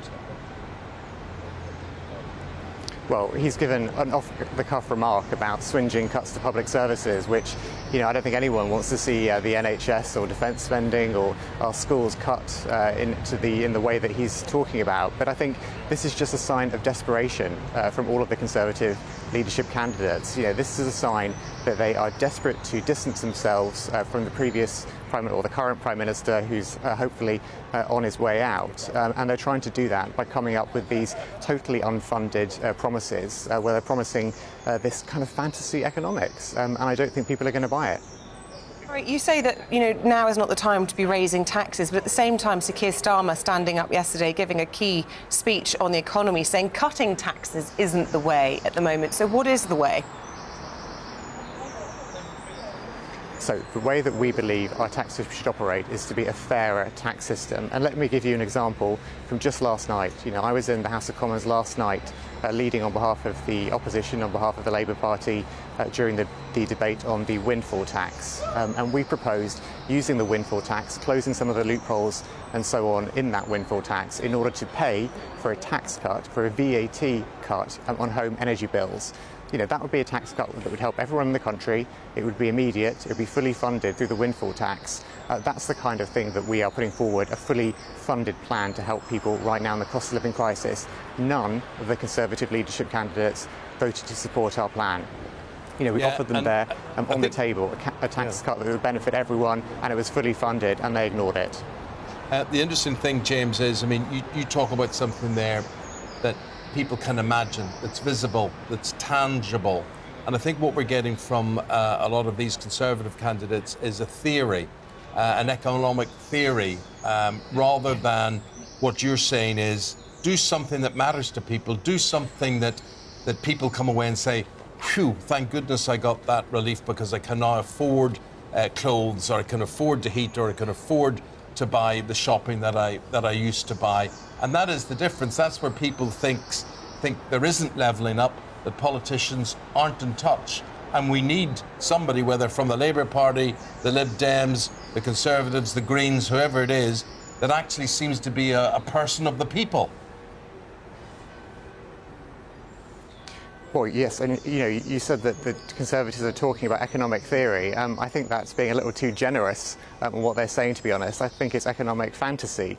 There is no strong set of principles behind what they're saying. But what I said last night on behalf of the Labour Party in Parliament, is that we should have a tax cut for VAT, which should be fully funded, which should help people right now. And that's something which I think responds to what people are telling us, what all of our constituents are telling us, which is that the cost of living crisis is the #1 concern they're facing. James, got to leave it there. James Murray is the Shadow Financial Secretary to the Treasury. Thanks for your time this morning. Appreciate it. And Thanks very much. Thank you. James is saying there, folks, whatever your politics is, you want help now. I mean, you're saying that whether you're blue or red, you want help now. So would a VAT cut be something that tangibly would help you, that you would feel good about? So whoever your party is, whatever your politics is, maybe you're a floating voter, let us know. Tweet us at GB News or email us gbviews@gbnews.uk. If you were in charge, what would you do? Coming up, we'll be looking at the sport. See you in a moment. Good morning, Alex Deacon here with your latest weather updates. Hot, hazy sunshine again today across the south, but further north, a change has moved in. Cloudier day with some outbreaks of rain and things turning a little cooler because we have a cold front. And eventually that cold front will push away this area of high pressure that's been dominating for the last several days. It's still controlling things across the south today. So still plenty of hot, hazy sunshine, perhaps a bit more cloud compared to yesterday. There's that weather front, though. It's been bringing some rain across Scotland and Northern Ireland. Patchy rain continuing through the central belt and across Northern Ireland this morning, but tending to fizzle out by the afternoon. A bit more cloud spilling into Wales and the Midlands, possibly even 1 or 2 light showers here and there, but for most it will be dry and still very warm. We could get up to 30 degrees or more across the southeast, most places for England and Wales, mid-20s, but cooler weather following on behind that weather front, which will continue to track southwards through the evening and overnight, introducing cooler conditions for many tonight. The odd spot of rain still possible along the south coast, but nothing significant for gardeners if you're desperate for any rain. Temperatures in the south will still be mid to high teens, so another very warm night here. But for northern England northwards, it will be a cooler night compared to the one just gone, so a little easier for sleeping. Some showers then coming in on Wednesday across the Highlands and the Northern Isles of Scotland. May starts quite cloudy across the south coast of England, but tomorrow generally another fine and sunny day. Temperatures won't be as high, however, closer to average or a little above low 20s generally, mid-20s in the south, maybe 27 or 28 across the southeast. So a few degrees lower than today, but still pretty warm. So temperatures dipping off a little midweek. However, they could start to rise again as we go towards the weekend. And the Met Office have issued an extreme heat weather warning for Sunday, when temperatures could get back into the mid-30s.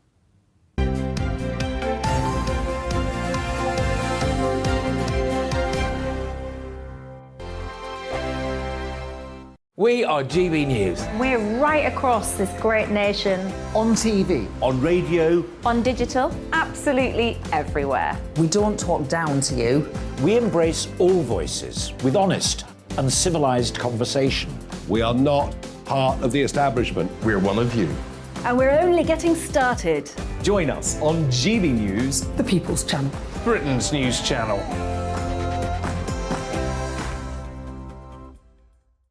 Hi there, it's Stephen and Anne.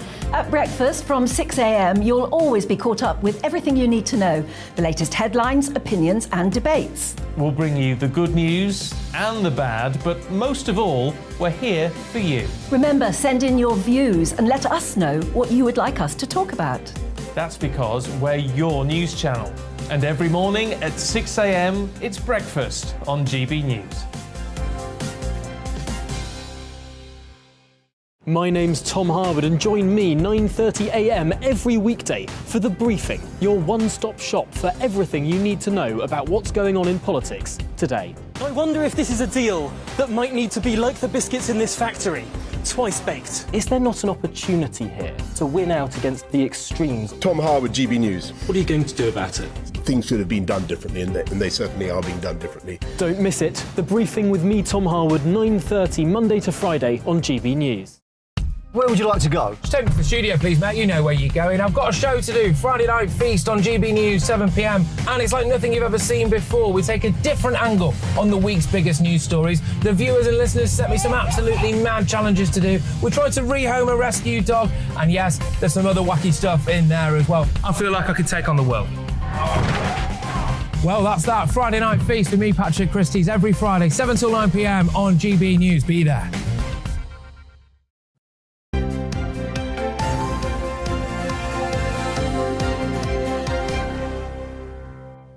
OK, we've talked about the front pages. Let's look at the back pages now and what's making the news there. First of all, Sizzling England headline back in the Daily Mail.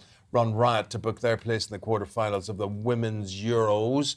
Moving on to The Sun, leads with a united front. This is Manchester United on Eric Ten Hag's big issue, saying Cristiano Ronaldo is still in his plans, and United bosses in Barcelona to try and seal the deal on Frankie de Jong as well. You're looking there at the back page of the Metro, and this is on many of the front pages as well. It says Sir Mo Farah has revealed that he was brought into the UK illegally at the age of 9, and this documentary will be tomorrow night, BBC One at 9 o'clock. Paul Coyte will tell us more about that one. Paul, good morning. Yeah, morning. It's an incredible story, and it's something that he's been carrying around for an extremely long time, Mo Farah. And Sir Mo Farah, you know, one of our greatest athletes. Everybody remembers the Super Saturday in the Olympics and the gold medals that he's won. And he's one of our great sportsmen. But this thing he's been carrying around for an extremely long time. He'd been asked questions about what happened when he first came over to the country, and he said that his dad was from over here and then moved over to Somalia, and he lived there, and then he came back again. And it's all been shrouded in a little, well, I say controversy. Nothing really had been questioned about it. But it's something that he really needed to get off his chest. And this is on TV, which is tomorrow night, which is an incredible documentary. I think we've got a clip that gives you an example Let's have a look of what we can see. Most people know me as Mo Farah, but it's not my name, or it's not the reality. The real story is I was born in Somaliland, north of Somalia, as Hussein Abdi Kahin. Gosh, what a story. I'll watch that. It really is. It really is an incredible story, and what he had to go through. And it wasn't simple that he just came over to this country. He was trafficked when he was 8 years old. Yeah. Then taken into a family. It was expected he was going to move over and stay with his twin. Then he was trafficked over by a family member, and that was sorted.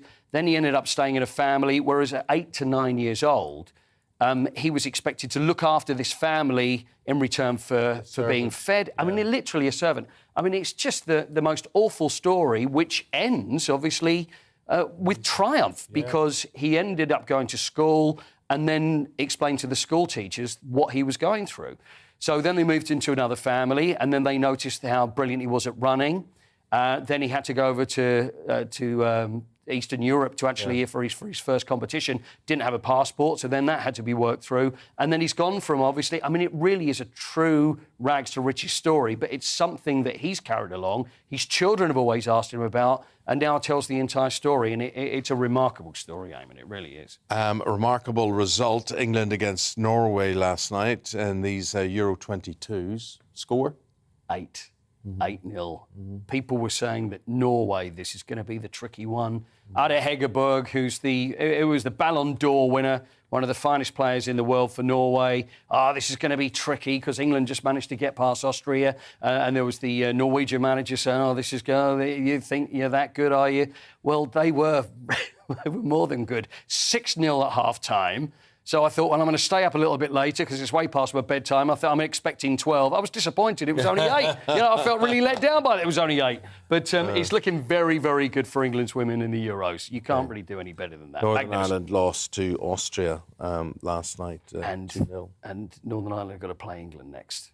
Is that right? Yeah. Oh. Okay. So I don't know what it's going to be. Be warned. It's a dead rubber, but be warned. Absolutely. Manchester United making a lot of the back pages, and a lot of United fans, myself included, are Just the good news is that top brass are in Barcelona to try and seal the Frankie de Jong deal. That's quite complicated. So it'll be Frankie de Jong by the time the actual deal's done. It seems to be taking forever, this one. But the other thing is, there is talk that Ronaldo is in Eric Ten Hag's plans, which sort of confuses everybody as to United with Ronaldo, United without Ronaldo will be two different teams. Well, they will be, but it's all very well for Eric Ten Hag to be able to say that Ronaldo's in my plans, but really the thing that means more than anything else is the fact of whether Manchester United are in Ronaldo's plans, because these days it's players that have the power. If they don't want to play, they don't play, and they can force a move, and it's in the best interest then of all parties, if they're going to be like that, for them to go. I hope for Manchester United's sake that he does play, because he still should be at Manchester United. And I don't think it does him any favours if he does leave. Again, it's interesting that, a lot of people thought that Ten Hag will come and rearrange the side, put his authority there, perhaps relieve Harry Maguire of the captaincy, but he's done completely the opposite. Yeah, he's going to stick with him. He is going to stick with him. I just find it really interesting. Eric Ten Hag, and there's the talk that he's coming in and he's not going to take any nonsense from anybody. But it's almost like the relief teacher at school, and it's the kids who are the bad kids are looking at him and go, OK, let's see what you got. You know, what have you won? How important are you? I've seen it where managers have gone in and think that they can exert their authority immediately, but players won't have it because, again, it's down to player power. If players buy into him, then I think Manchester United will do absolutely fine. But the problem is that they didn't do it with the last manager. They didn't do it with the manager before. I think it's time for players to step up. And obviously, you've got to get the right signings as well. And then, hopefully for you, Manchester United will be on the right direction. But it may take some time. Interesting times anyway. Paul, thank you very much indeed. Pleasure. Quite there. Thank you. Stay with us. After the break, we're going to go through your papers again. This time, Norman Baker and Emma Wolf with us for that.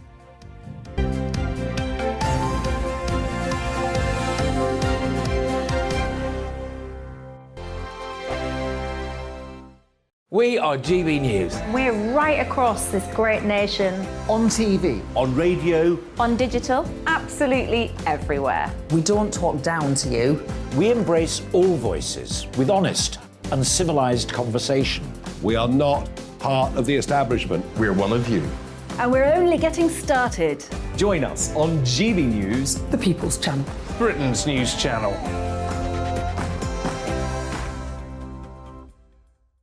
Hi there, it's Stephen and Anne.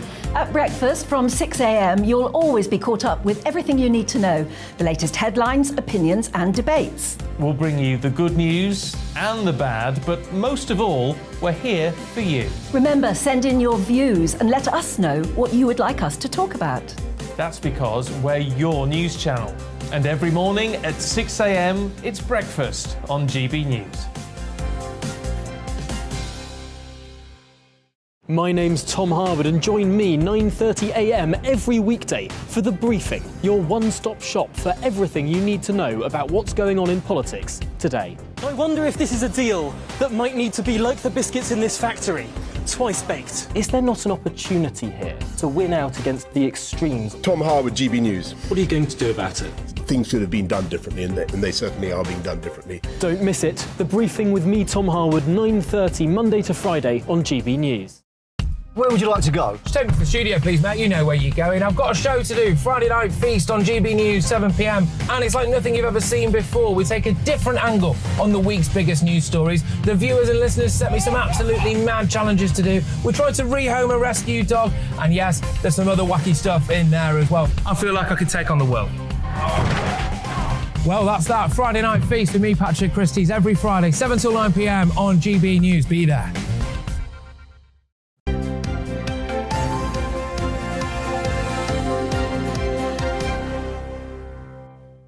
OK, we're going through the papers with the former Home Office Minister, Norman Baker, and he's joined by author and journalist Emma Wolf. Welcome back to both of you.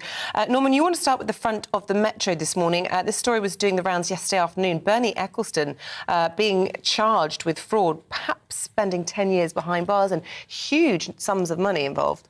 400 million, allegedly, he's dodged in tax terms, which is a lot of money in anyone's terms. He's 91. So if he spends 10 years behind bars, he'll be celebrating his... We're getting a telegram from the Queen behind bars at that rate. But it's extraordinary that he seems to be still going. I mean, he's apart from anything else, he had that controversial quote recently that he would take a bullet for Putin. I don't know what he meant by that, but sadly... He meant they were best mates, and he meant, I mean, when you look at the regime and whatever, you don't want to be cuddling up to... You don't.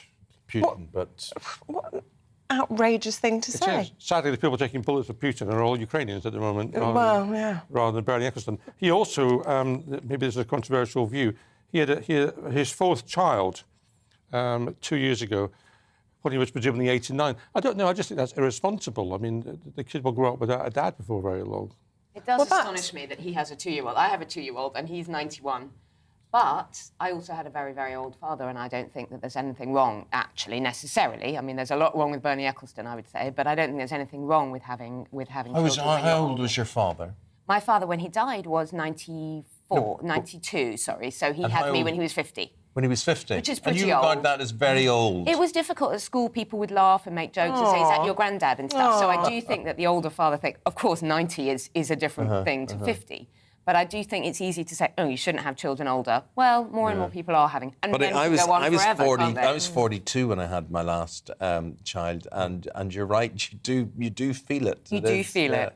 Yeah. Well, I had my first child much later, and I don't know how much easier it would be if you were in your 20s or something. 40, 42, 50 and 89 are a bit different. I mean, I was 42 when my daughter was born. I remember I was in a church service, and somebody said to me rather kindly, is that your first grandchild? I said, no, it's my daughter. Aww. See, funny, it's quite reverse for me. When I'm out and about with my daughter, here we go. People... What?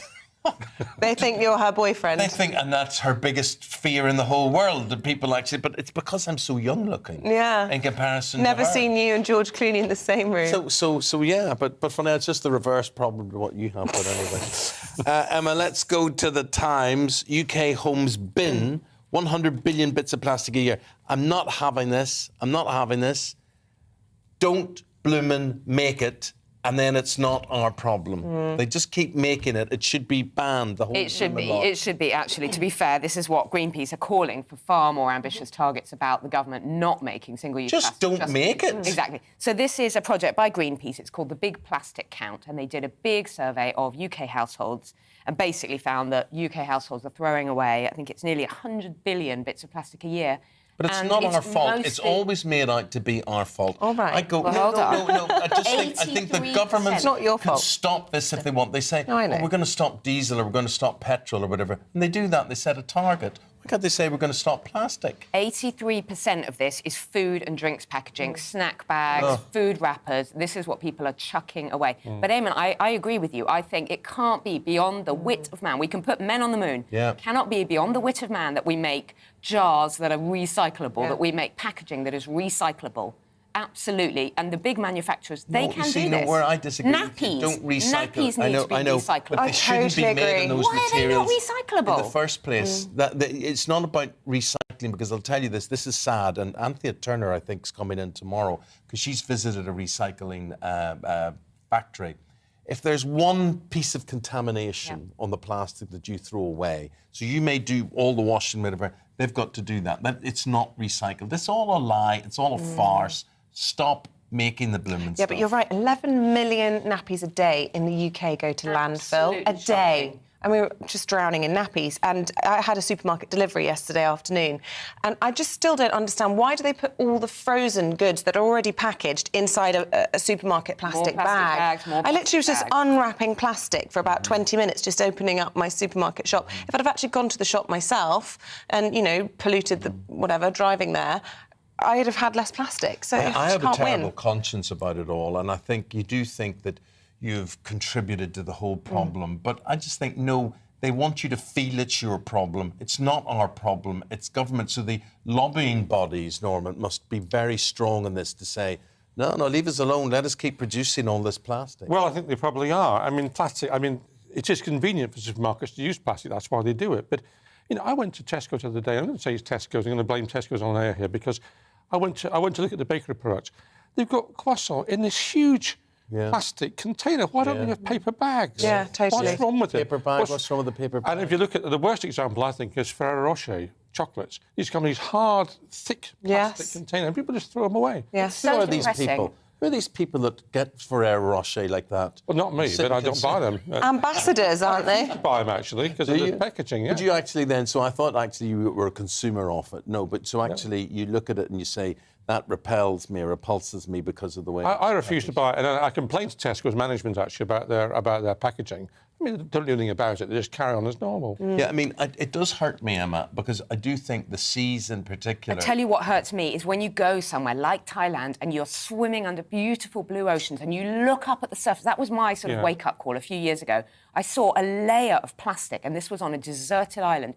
Absolutely shocking. That's without even knowing about the turtles swallowing plastic bags and all of that. It goes somewhere. Even landfill, all of our stuff goes somewhere. Where is it going? I did work on this a while ago. I want to talk about cruise ships. You see the waste, the indulgence on cruise ships, where they just feed people. But where does the stuff go? They all dump it off the back. It's all dumped off the back. Yeah, of it is. And you'll find plastic everywhere in the world. Everywhere. North Pole, South Pole, everywhere. And in all animals... Microplastics as well, tiny bits of plastic in our own bodies. It's become a catastrophe. In the rain as well, it's beginning to appear in places. I was going to say something I've completely forgotten. Sorry. They've even found it on the moon, haven't they? Haven't they found plastic, detritus on the moon? Get out of it. Probably. Along with Elvis Presley, apparently. Yeah. But Elvis, have you seen the film yet?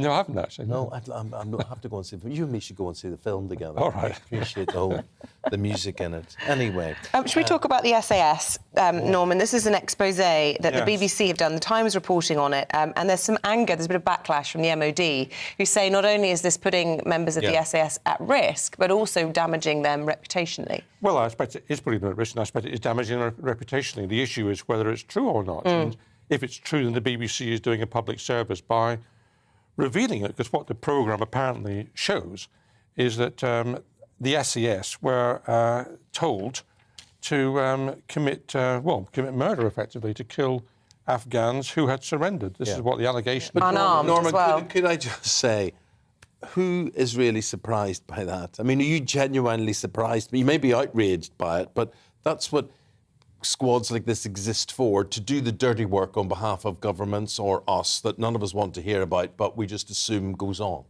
Well, look, the SES do damaging work, they do dangerous work, and they do have to take decisions which you'd rather not know about. That's perfectly true, Eamonn. However, if people have surrendered, I don't know why they have to be assassinated, effectively, which is what the allegation is in the BBC programme. We've got to see it, but it appears to be a 4-year investigation. It appears to be well-resourced, and they've got SES people who are speaking anonymously on the programme. So, OK. Are you surprised by that? What's your view on that? Let us know. gbviews@gbnews.uk, or you can tweet at gbnews. Emma, you want to talk about COVID. This is in the Eye today, and it does feel like everybody's got it at the moment. I don't want to talk about COVID, but I think we should. Yeah, apparently cases are nearly at the UK's previous high. Cases have more than trebled in the past 6 weeks. All of the Omicron subvariants are basically overcoming our natural immunity, all of our vaccinations, they're finding ways around, and everybody's getting COVID. Except the effects, as I understand, a lot milder. Not so bad. I mean, how many times have you had it? I had it originally March 2020. Yeah. And I've just had it this last few days. Which was the worst? Oh, March 2020. Incomparable. And also, I kind of think maybe by having had it over the summer, we're banking some immunity ready for the autumn, and we could be in a good position. Because isn't that the theory? We let it rip a couple of summers ago, or was it last summer? That's the thing. This is our 3rd wave this year, and there's a 4th wave predicted for this autumn, and apparently it's not going to be nice. And obviously in autumn it's colder, people are more prone anyway to flus and colds, and immunity is going to be a bit lower, and no one will be able to put the heating on anyway this autumn. So are we having another round of jabs? Does anybody know? I think the booster jabs are coming in this autumn for the over 50s. That was announced recently, so that'll help. But yeah.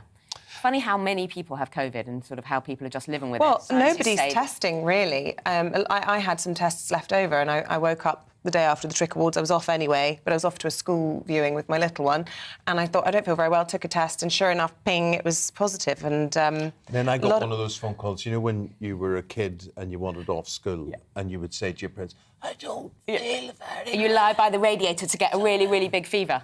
So Isabel phoned me and it was like, I've got COVID. that was my real voice. Now, it was just coincidental that it was the day after the I was off anyway. I booked it off anyway. I'm just saying, no, Isabel, there are people out there who would think badly of you. They would think she went out to that big event last Wednesday. Do you think I wouldn't have wanted to have basked in your glory? No. You know me well enough to know if I could have been here, I would have. I do know, but I just enjoyed your call.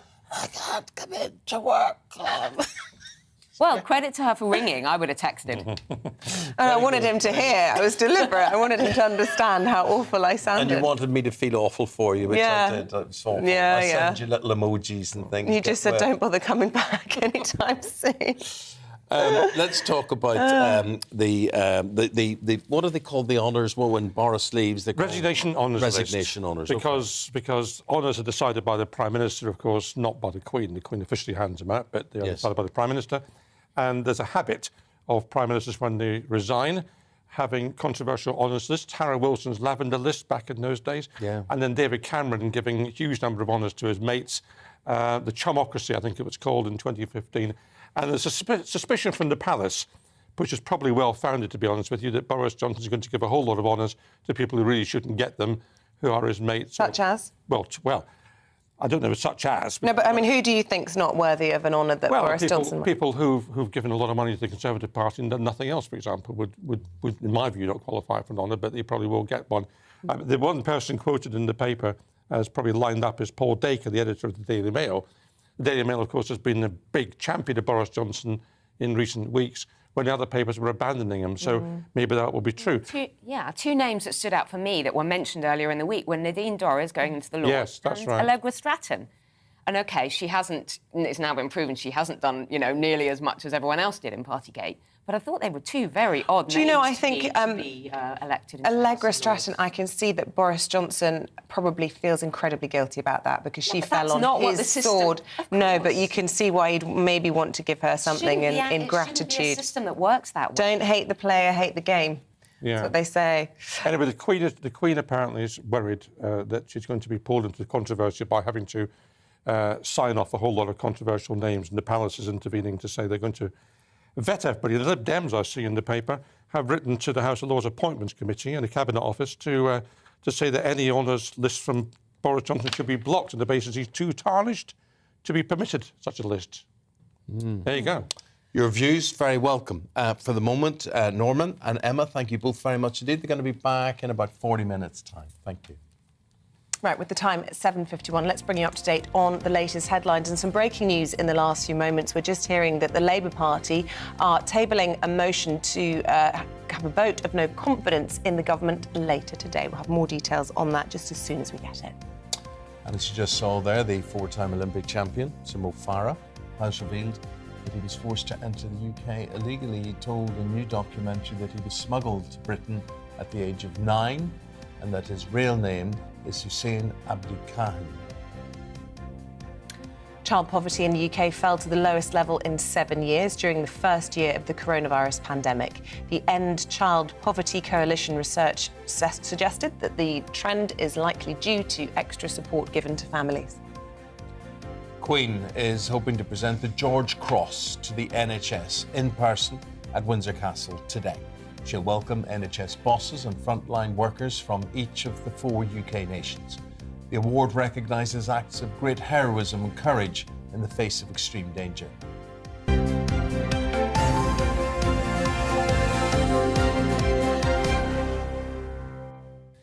So today, Her Majesty the Queen is hoping to personally present the George Cross to the NHS for their courage, compassion and dedication during the coronavirus pandemic. Our royal reporter, Cameron Walker, let's go to him. Cameron's outside Windsor Castle, where the investitures will take place. Cameron, have you had any confirmation yet that the Queen will be there alongside Prince Charles? Not as of yet, Eamonn. Buckingham Palace has said last week that the Queen very much hopes to personally present the George Cross to the NHS this morning alongside Prince Charles, but it would be confirmed on the day, presumably later this morning. We know that Her Majesty the Queen has had what the Palace describes as episodic mobility problems, and I think to your eye that means she has some good days and bad days with her movement, so she will decide on the day what she can and cannot do. Today, the 4 chief executives of the NHS of England, Scotland, Wales and Northern Ireland will be here to accept the award alongside 4 key workers from the 4 home nations, including May Parsons, who was the nurse to administer the world's first coronavirus vaccine back in December 2020. That seems like such a long time ago now. The Queen actually awarded the George Cross to the NHS last year, and at the time she described the reason as being for their courage, compassion and dedication in the face of the pandemic, and of course for their 70-plus years of service to the country. The George Cross was actually initiated by her father during World War II, at the height of the London Blitz in 1940, and it's presented for courage and heroism in the face of extreme danger, not in the face of the enemy, and it can be awarded to civilians and military personnel alike. It's only the 3rd time, actually, that the George Cross today has been presented and awarded to a collective body rather than an individual. The first time was in 1942, Malta, the island of Malta, in the face of for its fortitude during the face of a kind of enemy bombardment during the Second World War in 1942, and the second time was the Royal Ulster Constabulary for the forces' bravery, including the family of those serving. That was in 1999, so it just gives a sense of how rare it is for the George Cross to be awarded to a collective body. But the Queen is in residence here at Windsor Castle behind me. We know that Her Majesty is perhaps on good form. She hosted a Privy Council meeting on Friday in person with several government ministers. But the latest news from the Palace is the Queen very much hopes to present the George Cross in person, an award kind of initiated by her father more than 80 years ago. Thank you very much indeed. With that, we will go to the break, and we'll be back with... before we go to the break, let's get some views. There's so many of them, and they're really fun this morning. Yeah, right. OK. Where should we start? Heat waves. Oh, well, let's start about what you're wearing. Oh, gosh. No, it's good. It's good. Look, it's not the worst thing to be called that you look like a Geordie. Very good compliment, because black and white stripes, Newcastle United. You said I look like a zebra on safari this morning. You don't go on safari, they could shoot you. Dart you or something. You know? Lucy, our editor this morning, said I look like John Anderson, the referee from Gladiators, going, "You on my first whistle." Yes. We'll go. And who else? Oh, a chevron signpost I've had this morning. So lots of abuse, as usual. It's not abuse, darling. It's stuff that it's what people just recognise. It's how they describe it. Yeah. And it's a just statement. Entertainment. That's what I'm here for. Sartorial entertainment. That you have. You see what I'm going to wear tomorrow. Just thinking it up. OK, we'll be back. We're talking politics as usual right after this. Good morning, Alex Deakin here with your latest weather updates. Hot, hazy sunshine again today across the south, but further north, a change has moved in. Cloudier day with some outbreaks of rain, and things turning a little cooler because we have a cold front, and eventually that cold front will push away this area of high pressure that's been dominating for the last several days. It's still controlling things across the south today, so still plenty of hot, hazy sunshine, perhaps a bit more cloud compared to yesterday. There's that weather front, though. It's been bringing some rain across Scotland and Northern Ireland. Patchy rain continuing through the central belt and across Northern Ireland this morning, but tending to fizzle out by the afternoon. A bit more cloud spilling into Wales and the Midlands, possibly even 1 or 2 light showers here and there, but for most it will be dry and still very warm. We could get up to 30 degrees or more across the southeast, most places for England and Wales, mid-20s, but cooler weather following on behind that weather front, which will continue to track southwards through the evening and overnight, introducing cooler conditions for many tonight. The odd spot of rain still possible along the south coast, but nothing significant for gardeners. If if you're desperate for any rain. Temperatures in the south will still be mid to high teens, so another very warm night here. But for northern England northwards, it will be a cooler night compared to the one just gone, so a little easier for sleeping. Some showers then coming in on Wednesday across the Highlands and the Northern Isles of Scotland. May starts quite cloudy across the south coast of England, but tomorrow generally another fine and sunny day. Temperatures will be as high, however, closer to average or a little above. Low 20s generally, mid-20s in the south, maybe 27 or 28 across the southeast. So a few degrees lower than today, but still pretty warm. So temperatures dipping off a little midweek. However, they could start to rise again as we go towards the weekend. And the Met Office have issued an extreme heat weather warning for Sunday, when temperatures could get back into the mid-30s.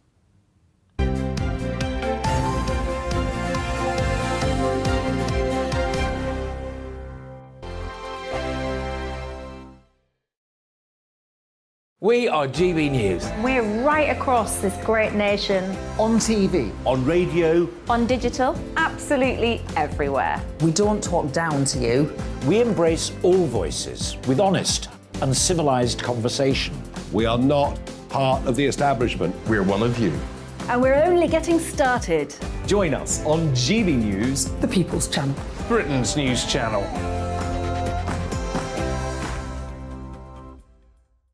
Hi there, it's Stephen and Anne.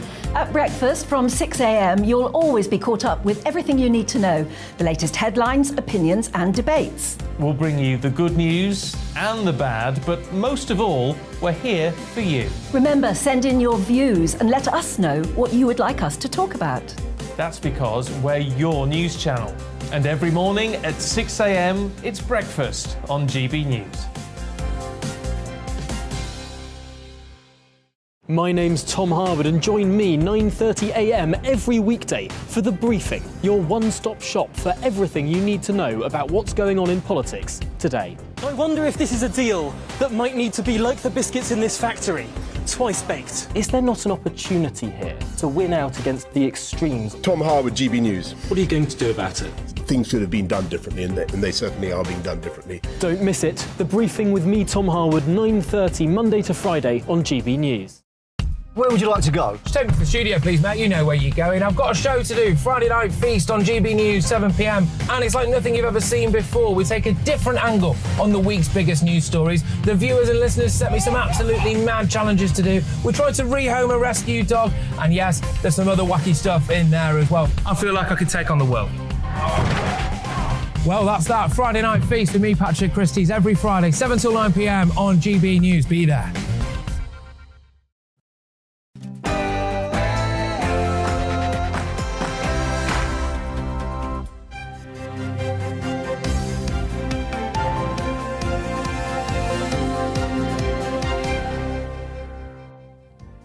Boris Johnson's allies prepare to back Liz Truss as the Conservative Party sets a date for a new leader. Good morning. It's 8:01 on Tuesday, the 12th of July. This is Breakfast on GB News with Eamonn, Holmes and Isabel Webster. Thank you for watching and listening. Leading the news on this Tuesday morning.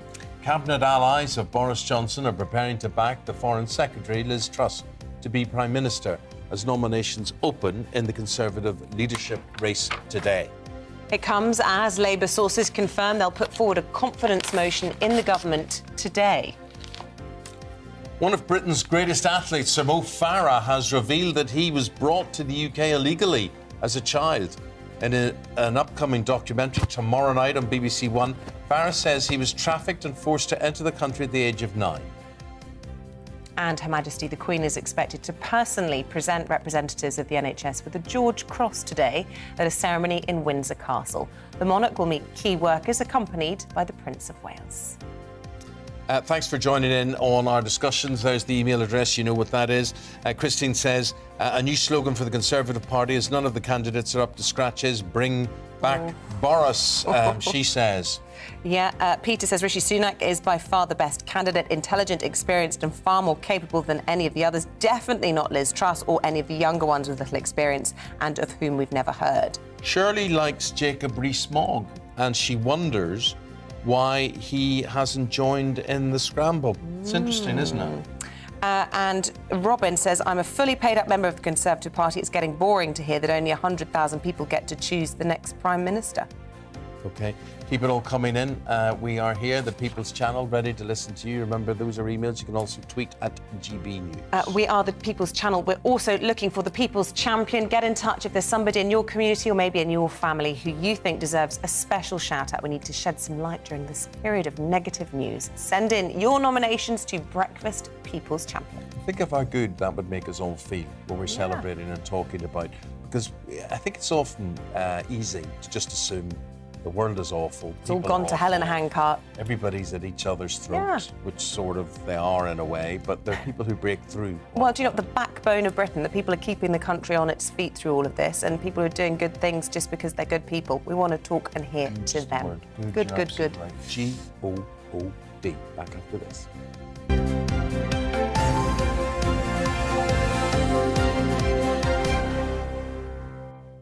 So our top story this hour, the process for electing a brand new Prime Minister is going to be fast-tracked, and I mean fast-tracked. Nominations for the first round are opening today. Oh, yes, that's the first ballot then, which is going to be held tomorrow.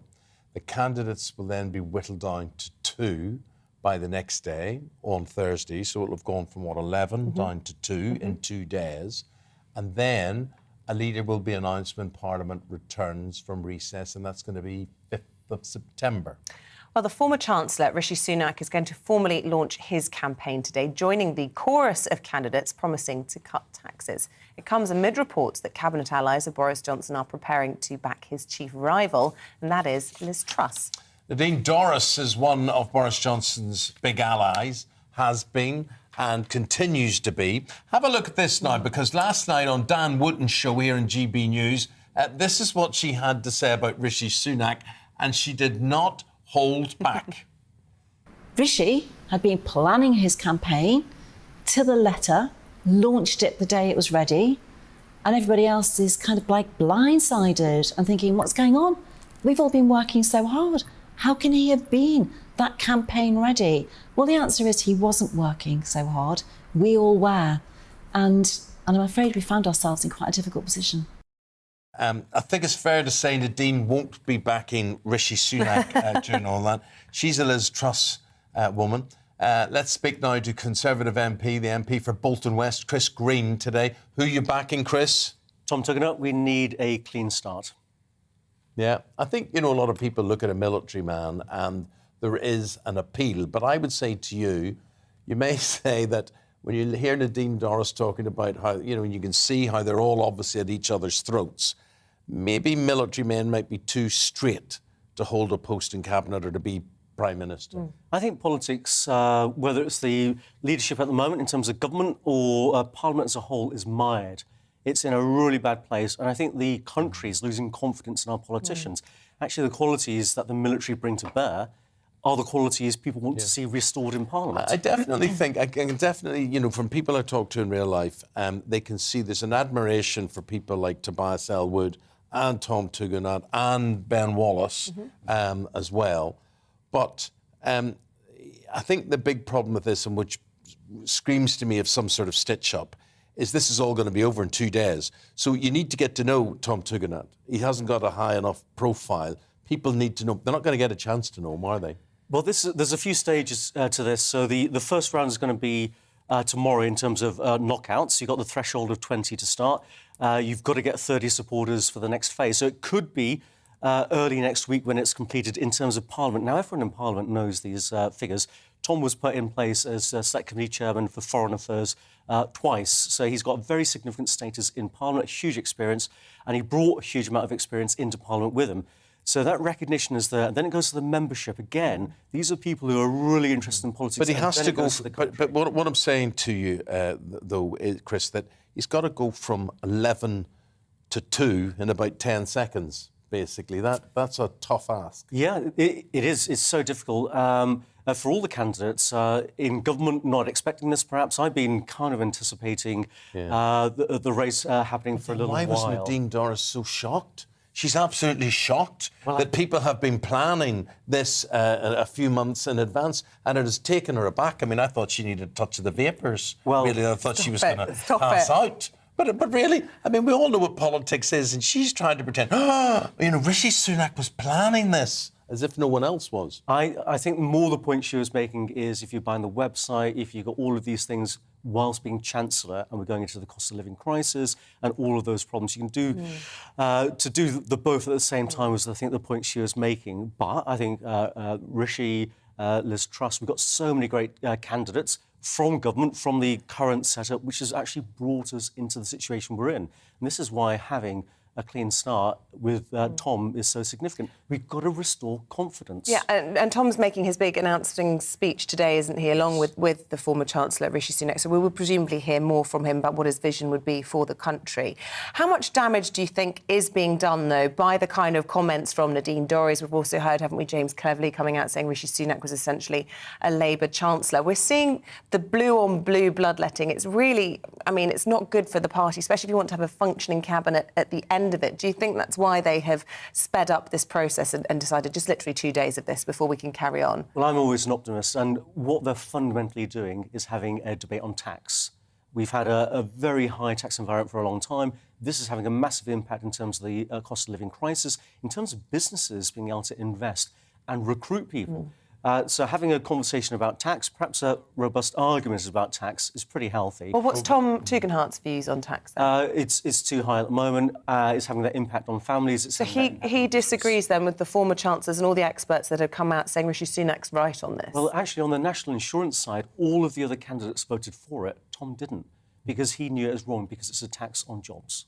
OK, talking about jobs, we've got very few jobs left in the armed forces. And, recent recommendations are that they should be increased and spending should be increased on the military.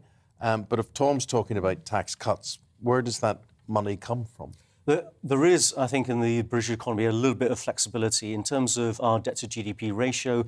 We're the second best position in the G7. So we do have some scope. And actually, there is an argument when you're at the bottom of the cycle, you need to put more money in to stimulate and give confidence to business, and then from those taxes we can fund the armed forces. People saying it's fiscally illiterate to talk like that. Lord Lamont coming out saying that potentially the debt could reach 100% of GDP. Unfunded tax cuts would force interest up and weaken the pound. William Hague coming out in the papers today saying that Thatcher would not be cutting taxes right now. It's very difficult to challenge former leaders in that way, but we know we're likely to go into recession. And we know normally we need to stimulate the economy to get us out of it. Ideally, you can save up in the good times and spend in the bad times. But if we do nothing, the energy prices, the cost of living crisis that people up and down the country are facing is going to be a calamity. Chris, tell me about Bolton West, which you represent. What part of Bolton is that? What is the thing? I mean, with your surgeries and whatever, what the problems are facing people, what really scares people. And tell me about Bolton West. Well, I've got the western suburbs of Bolton and a lot of some of the small towns between Lee and Wigan. So the cost of living crisis is a massive thing. We want the levelling up. We want more transport infrastructure as well. And it's those concerns over... Why hasn't levelling up not happened? I mean, for all the huff and puff about it, it just hasn't, has it? Well, this is one of the really important questions. So George Osborne and David Cameron had the right vision for the Northern Powerhouse. Unfortunately, Philip Hammond, as the succeeding Chancellor, didn't quite believe in it. Boris Johnson, to his credit, does champion it, is championing it. And Tom Tugendhat is going to deliver on levelling up, because we're going to have that continuity for his 10-year vision, his 10-year economic plan. And levelling up is key to that. Look, Chris, things are going to move very, very quickly in the next 2 days. Look, the bookies' favourite is still the former Chancellor, Rishi Sunak. Lots of speculation that basically the right of the party and the split vote will sort of round behind Liz Truss, the Foreign Secretary. If it's between those two, which candidate would you choose? And which do you think, not just you, but what do you think that the party membership would go for, i.e. your predictions for September the 5th? So difficult. I'm not going to choose between the two, because I think Tom is a serious candidate. He's in the race. I think he's going to win. But arguably, both Rishi and Liz are more centre-right. And I don't think it needs a balanced ticket in terms of left-wing and right-wing candidate.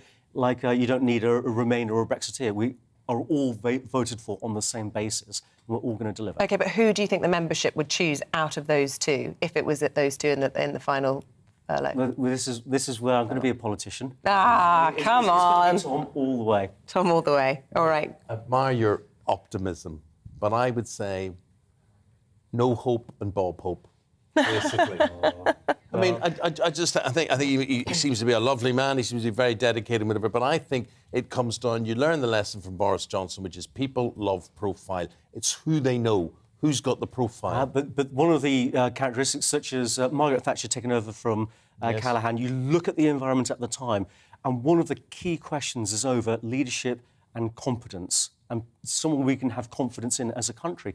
And actually, Tom, by not being part of the government as it has been, brought us to this position, actually that reassurance that he can bring is something we need. Oh, it's so interesting, and it's really interesting finding out about people who we didn't know before. I just think the process is quite brutal and quite quick, and we'll just end up with the same old at the end of the day. Well, you never know. But Chris Green, lovely talking to you. Thank you. Chris is the Conservative MP for Bolton West. Thank you very much. Let's bring in our political correspondent, Tom Harwood, who joins us in the studio for some analysis of all of that.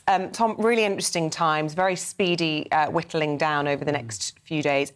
How do you see it all playing out? Well, this is a process decided yesterday that really does favour some of those bigger names. I think it's deliberately so, mate.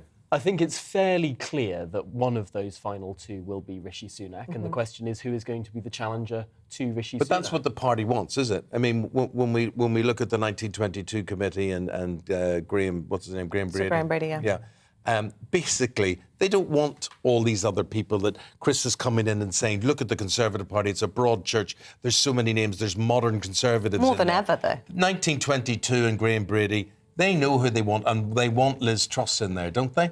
Well, I think there's been a very big degree of horse trading over the last couple of days. There were 1922 committee elections yesterday, and it's not a homogenous body. There are different people with different opinions. Some people wanted a lower threshold for nominations. Some people wanted a higher threshold for nominations. There was talk over the weekend of 36 MPs needed. There was talk, of course, of 10. We landed on 20, so that seems to be the sort of negotiation that has gone on there. I think the bigger thing, rather than the nominations, is just how quickly this is going to take place. A vote on Wednesday, a vote on Thursday, perhaps even a final two by Monday. That's what Sir Graham Brady suggested yesterday evening. Sorry, I come back to this point again. It's deliberately skewed against people who don't have profile.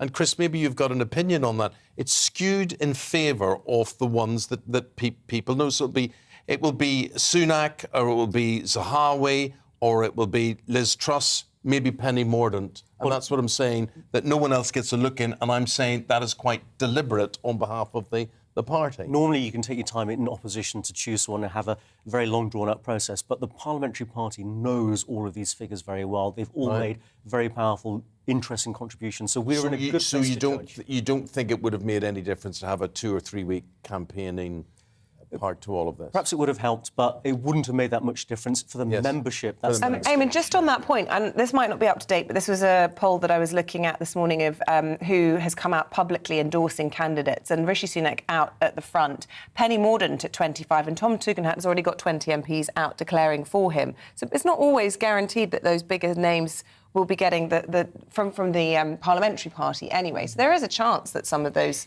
lesser-known names could make it through. Certainly, I think one of the really interesting things is everything can move very, very quickly after the vote on Wednesday, because if a number of candidates don't meet that threshold, if a number drop out, and it seems like it's not going to be one by one dropping out each round like last time back in 2019, it's going to be several dropping out at each round because of those higher thresholds, who their backers then go to back could really change that race. So if there are 2 or 3 or 4 candidates who don't make the bar, don't even make the nominations bar, or perhaps get knocked out at their first round, those votes and the people backing them, if they were to endorse some of the other names, and it might not necessarily be Rishi Sunak that they endorse, because he, of course, has been the one to beat at this stage. So they could really add up to the others. It is fascinating. I'm interested in what you and Chris think about this, but a lot of it could be down to not who has the most ability, who has the least enemies. I mean, do you get a sense of that? I think this is certainly something to watch out for, because there's always been this so-called curse of the front runner. And it's what happened back in 2001. No one expected Ian Duncan Smith to get it. It was all going to be Michael Portillo. Then in 2005, no one quite expected the new, fresh-faced David Cameron to come. It was going to be David Davis. And then in 2016, everyone expected it would be Boris Johnson, and it turned out to be Theresa May. Time and time again in these election campaigns, you do get these sort of people coalescing around people to keep out a front runner, and that can certainly happen. But just the other thing to mention is something that was alleged to have happened last time around.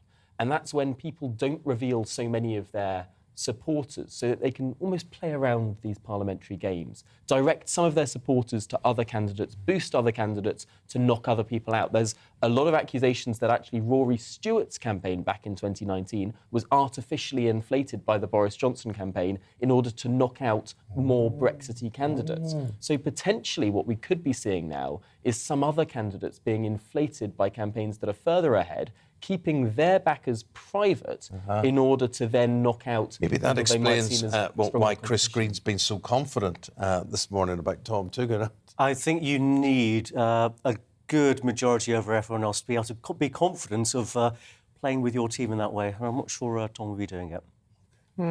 Interesting times. Tom Harwood, Chris Green, thank you both very much indeed. Your views all important. Let us have them. Let's bring you up to date with what is happening news-wise on this Tuesday morning. And a Labour Party source has confirmed it will put forward a motion of no confidence in the government, Boris Johnson's government. That's going to happen today. MPs will vote on whether the Conservatives stay in power if the government loses, because it could trigger a general election. The four-time Olympic champion Mo Farah has revealed he was forced to enter the UK illegally. He's told a new documentary he was smuggled to the UK at the age of 9 and that his real name is Hussein Abdi Kaheen. And the Queen is hoping to present the George Cross to the NHS in person at Windsor Castle today. She'll welcome NHS chiefs and frontline workers from each of the 4 UK nations.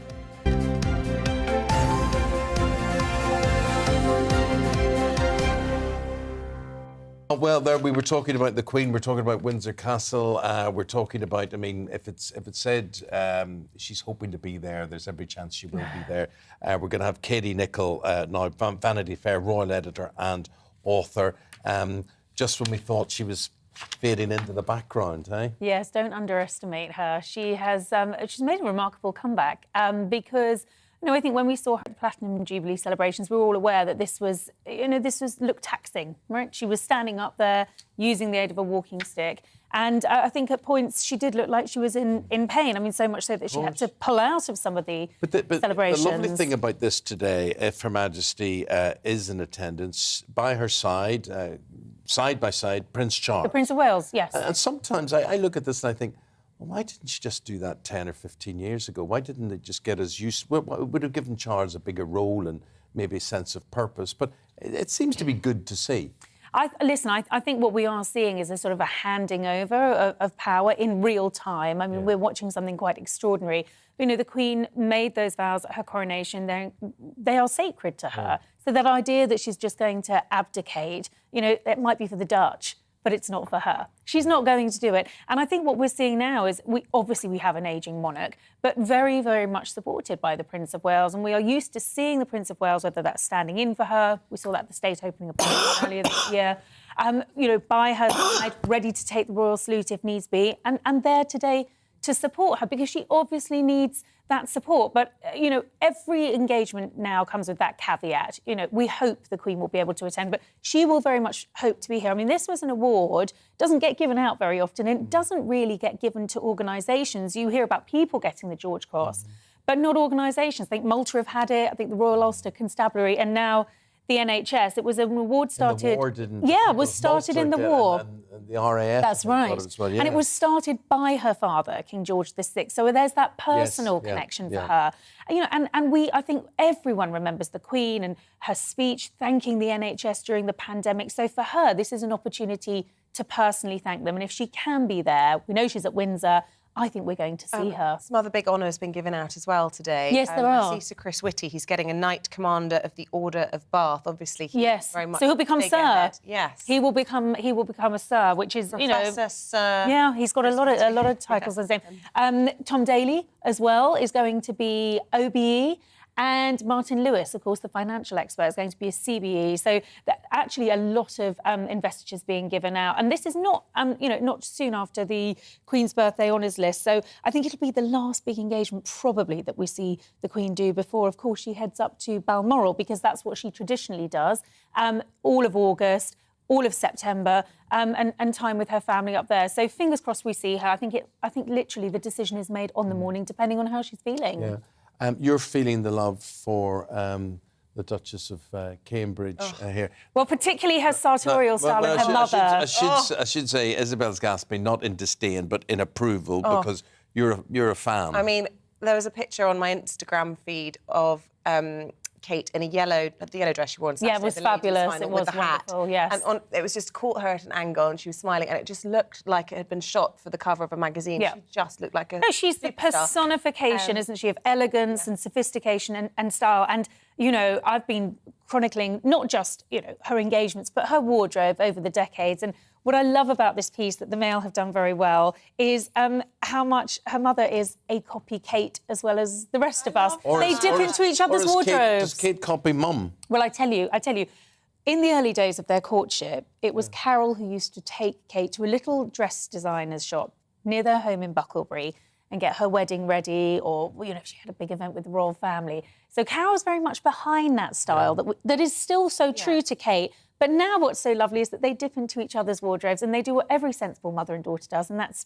borrow, in inverted commas. Not steal, just borrow. And, Carol looks great. And, she was Ascot in that wonderful M dress. How old is she? She's well into her mid-60s. She's what? Oh, sorry, I thought you meant Kate. No, the mother's more my age. Yeah, Carol's in her 60s. But she looks very good on it. She is an interview I would love to do. I'm sure you would love to do an interview with. I would love to do an interview with Carol Middleton. For me, she's always been that sort of slightly mysterious figure in the background, and I think we all underestimate just how important she is and that important role that she plays for the Cambridges, but particularly for their grandchildren. She's always there. And she's a sort of substitute mum, I think, for Prince William, and obviously basically the next, one of the future kings, and also, as you say, Prince George as well. Yeah, and giving them this sort of very rounded, normal life, and I think that is wonderful. These children are getting the best of both worlds, so I'm all for Carol. I think she gets a hard time for being that pushy mum. I know, I think you know what?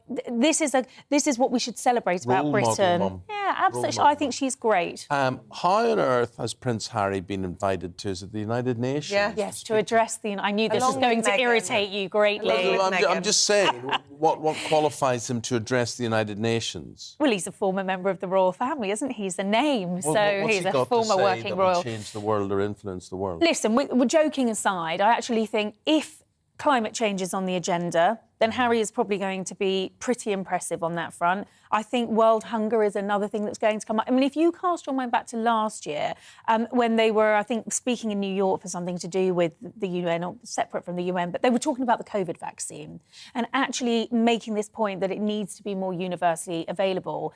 Whether people like him or not, over there in America, they do tend to listen to him. Now, Meghan has previous links with the UN. She spoke at the UN Women's Agency. They're going to be there together. We think it's just him who's speaking. We think it's going to be about climate change. That's something that he probably is going to be able to do quite My problem with this is, fine if he's got a message on climate change or poverty or goodness knows what, or is it there as a showpiece or a profile or shining the spotlight on the Archwell Foundation? Well, I think you will.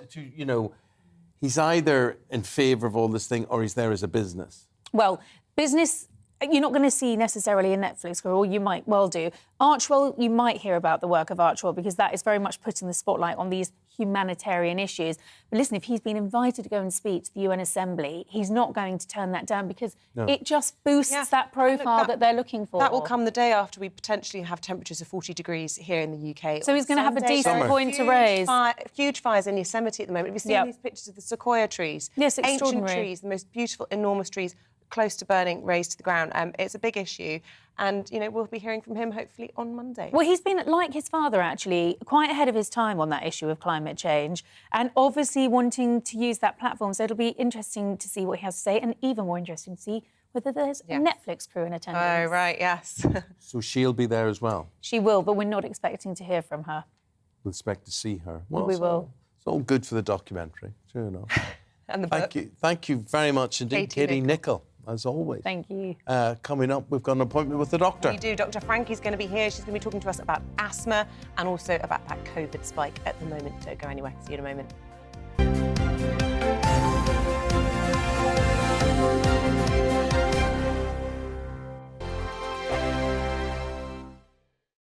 We are GB News. We're right across this great nation.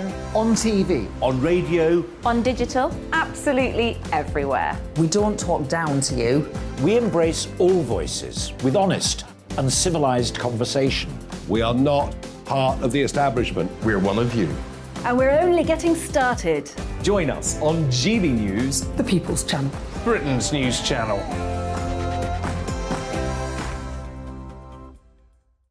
Hi there, it's Stephen and Anne. At breakfast from 6 a.m, you'll always be caught up with everything you need to know, the latest headlines, opinions and debates. We'll bring you the good news and the bad, but most of all, we're here for you. Remember, send in your views and let us know what you would like us to talk about. That's because we're your news channel. And every morning at 6 a.m, it's breakfast on GB News. My name's Tom Harwood, and join me 9:30 a.m. every weekday for The Briefing, your one-stop shop for everything you need to know about what's going on in politics today. I wonder if this is a deal that might need to be like the biscuits in this factory, twice baked. Is there not an opportunity here to win out against the extremes? Tom Harwood, GB News. What are you going to do about it? Things should have been done differently, and they certainly are being done differently. Don't miss it. The Briefing with me, Tom Harwood, 9:30 Monday to Friday on GB News. Where would you like to go? Just take me to the studio, please, mate. You know where you're going. I've got a show to do. Friday Night Feast on GB News, 7 p.m. And it's like nothing you've ever seen before. We take a different angle on the week's biggest news stories. The viewers and listeners set me some absolutely mad challenges to do. We tried to rehome a rescue dog. And yes, there's some other wacky stuff in there as well. I feel like I could take on the world.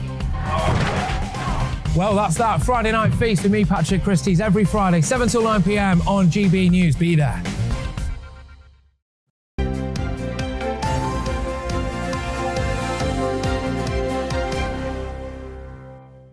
With the time at 8:30, let's give you an indication of some of the things we're still going to cover on the programme today.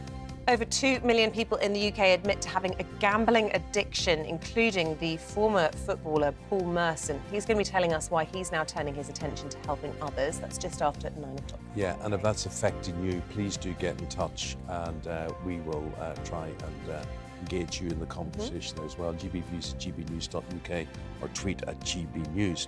And there has been a rise in tics and Tourette's over the course of the pandemic. Yeah, the former Big Brother winner, Pete Bennett, is going to be in the studio to talk to us about that at 8:45 this morning. Remember him? He was in Big Brother back in the day. I think he's one of the first ones to really bring Tourette's into the public realm, really. For me, it was when I sort of really became aware of the condition. He's going to be talking about a new Tourette's channel. is you can't control your language, can you? Yeah, you have these sort of tics, but well, you can control it. There are coping mechanisms which he uses, and you'll see, I'm sure. But we were talking about that condition and how it's back in the spotlight post-pandemic. Get in touch on any normal topics. As usual, the email address there on your screen.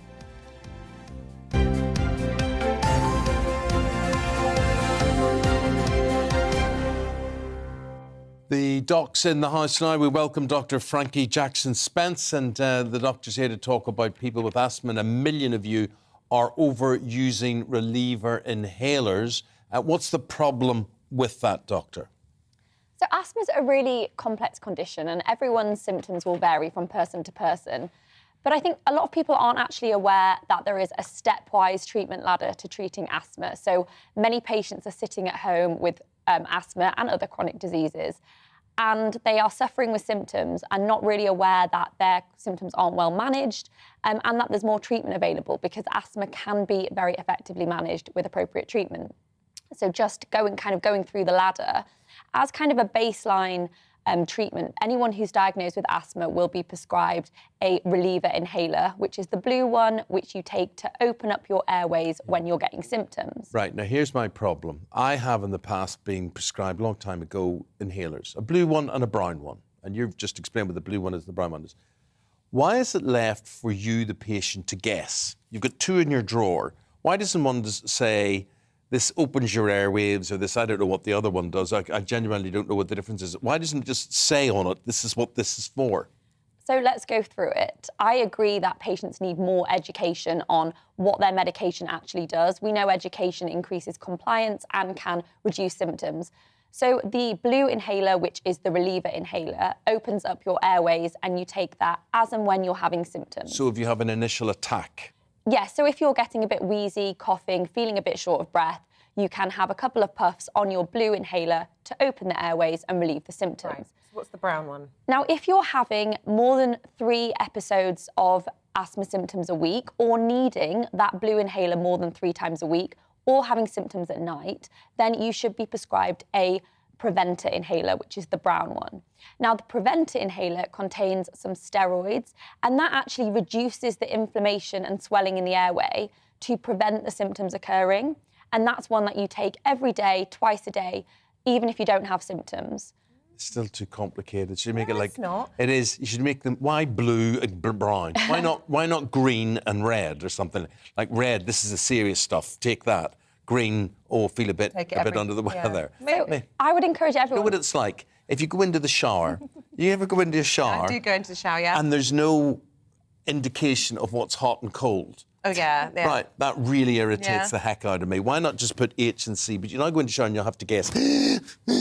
Either burn yourself alive or you freeze yourself. Well, speaking of burning yourself alive, obviously very, very hot in some parts of the UK. Not all. I was looking at where my brother lives in Scotland and it's raining today. We should stress, it's not, we all talk about it as if the whole country, the UK is like this. But very, very hot, certainly in busy places like London at the moment. Does that exacerbate conditions like asthma?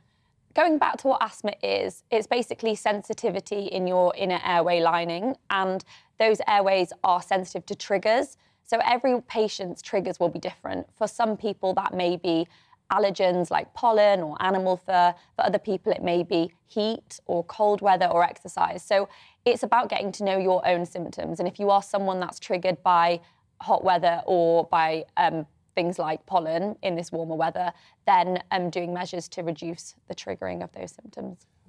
Talking about symptoms and triggering things, there's a spike in I've been triggered with COVID, as borne out by my lovely friend beside me here, who had a nasty attack of it. I mean, it wasn't serious. I just had, I tested positive last week, and like a huge number of people. Someone was telling me yesterday 1 in 30 is the estimate at the moment, probably more than that. So we have seen an increase in the numbers of COVID recently. Fortunately, it is one of the Omicron strains which are highly transmissible but kind of cause less serious infections. So people are experiencing kind of cold-like symptoms rather than the serious illness we saw at the beginning of the pandemic. But the question is, what are we going to do about it?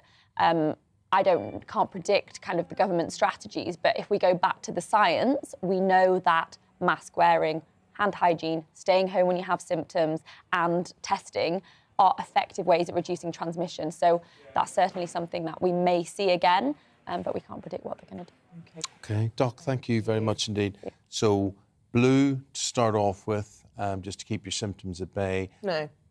And brown when it gets... No, so brown as a preventer that you take daily, and blue if and when you need it. But if you're confused, and if people at home are confused, then I encourage everyone to book in for that annual asthma review. No, I just advise whoever makes these things to put an instruction on it, what exactly it's for. Yeah. That will be much more simple. Anyway, brown and bloomin' blue, what the heck does that mean? Thank you very much. Thank you. No, I don't. No, I'm a great believer on do what it says on the packet. Keep it simple, kiss. Keep it simple. And that's the business about showers and baths. We've got to guess. Why did they take away hot and cold, blue and red? Because you can feel it. No, because it's all a trendy, continental, snobby, stylish thing. And it's like, so do you actually know, because I don't, do you actually know if you went blind into the shower, do you know if right is hot? Yes. you definitely will put money. That, Actually, no, my shower left is hot, all the way left. See? Yeah. See? Yeah. Who knows? Right, we've got to go. We're going to go through the papers in just a moment. Norman Baker, Emma Wolfe will be here to take us through one last time the Tuesday morning newspaper.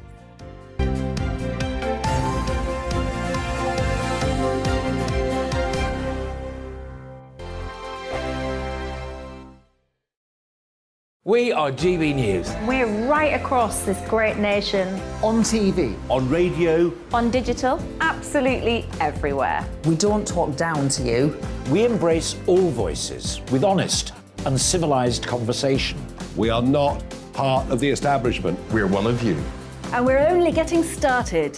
Join us on GB News, the People's Channel. Britain's news channel.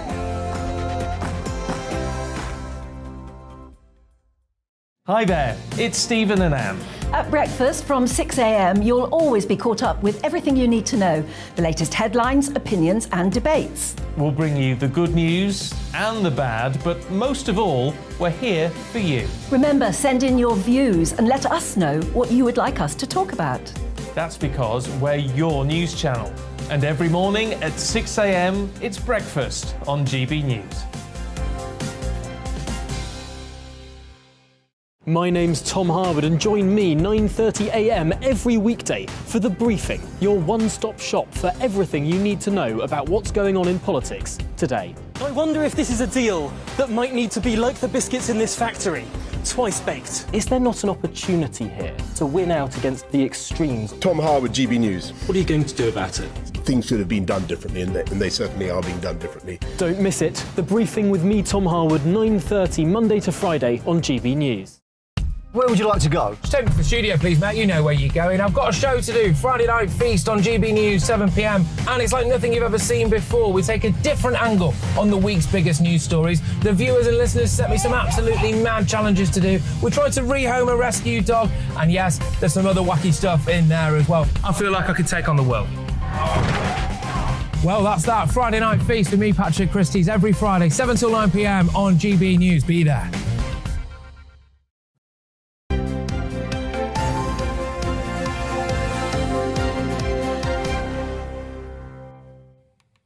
Welcome back. It's 8:39. Time to go through your newspapers one last time with Norman Baker and Emma Wolfe. Welcome back to both of you. Emma, should we start with this story in the Times, page 2? And this is just about the effect on the railways.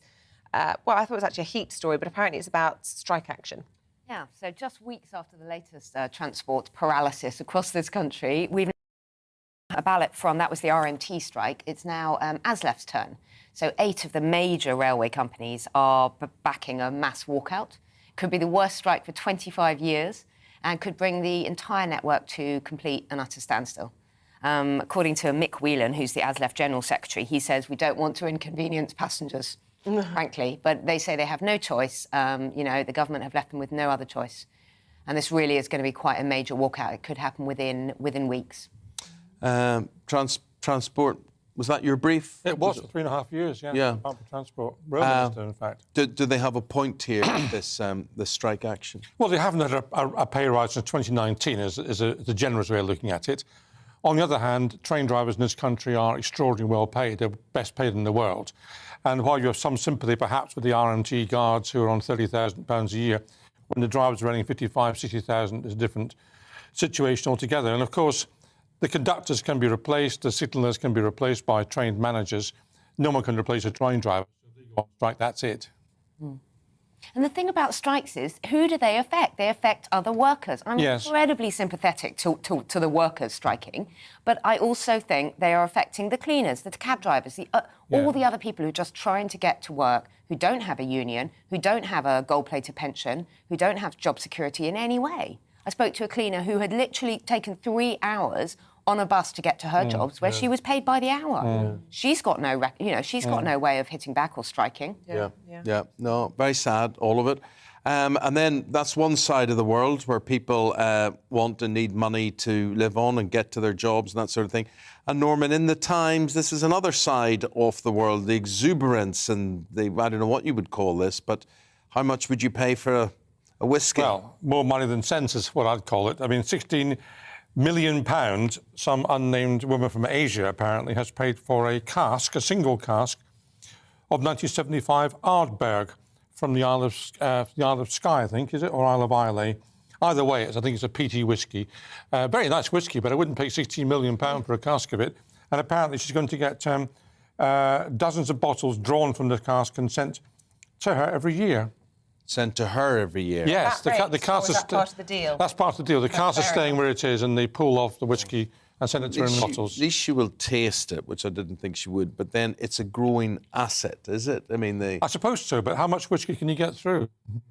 Yeah, but quite I mean... a lot. I think people can get through quite a lot, can't they? Not 16 million, not a whole cask. I never understand about alcohol. When does it go bad? Like, when does a nice bottle of wine that you buy, when is it suddenly just disgusting and bitter? I think wine can go bad, but I'm not sure that whiskey... No, whiskey, I don't think spirits go bad. Yeah. Do they just get better and better? Well, no, I think they peak, I think, but they don't go bad in the same way. I used to run a wine shop, by the way, it's one of my previous incarnations. This is ridiculous. But anyway, I mean, so you can get port and sherry and so on, which is 80, 90 years old, which is fine, but fortified wines last. But wine, if it's not stored correctly, can go bad quickly. Yes, that's right. I've got a bottle of red which is corked, and it's actually not a normal bottle. It's a big one. It was from a wedding. It's sentimental. So we never drink it. So we have it on our windowsill in our kitchen, and every time I look at it, it hurts my soul because I know that I'm just basically ruining the wine.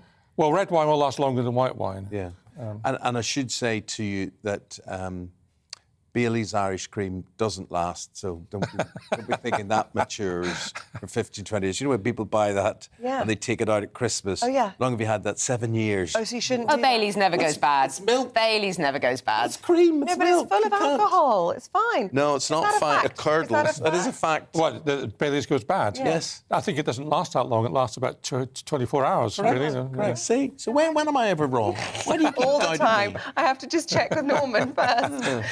Let's talk about washing machines. Now, you know, I'm a huge feminist, but I do love to do the laundry. It's one of my happy places. Exactly. Got to end on the serious stuff. This is, according to Good Housekeeping, the washing machine is the greatest ever invention of the past 100 years.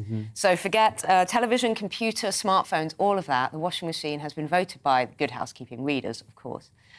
Greatest ever invention. But other things that got lots of votes were fridges and fridge freezers. And, you know, think about life without a washing machine or without a fridge or without a fridge freezer. It would be pretty awful.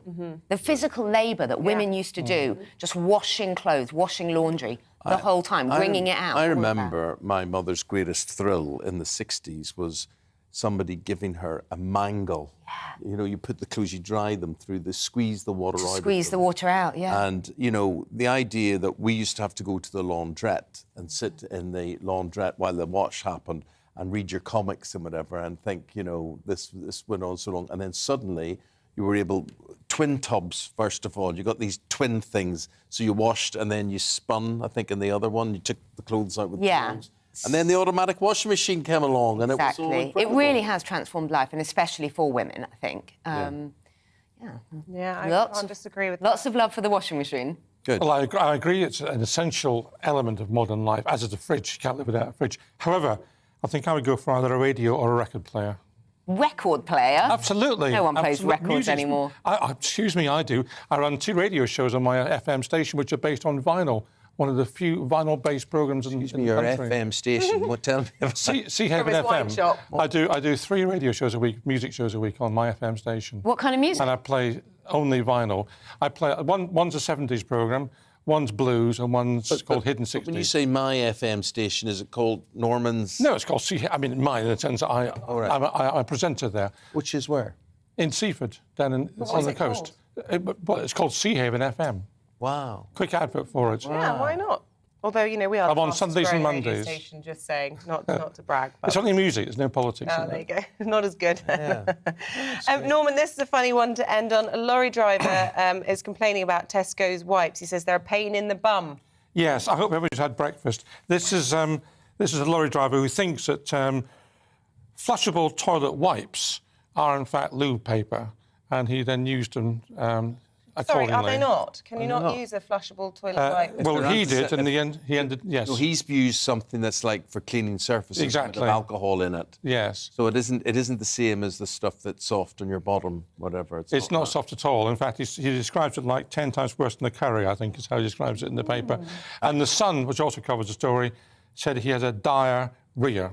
Oh, fantastic. We feel his pain. Be careful what you wipe on your bottom. It may come back to haunt you there. Norman Baker, Emma Wolfe, please do come back. See us sometime. Thank you. Very enjoyable. Yeah, thank you very much both. indeed. The time now, 13 minutes before 9. Let's bring you up to date with the latest headlines. The four-time Olympic champion, Mo Farah, has revealed that he was forced to enter the UK illegally.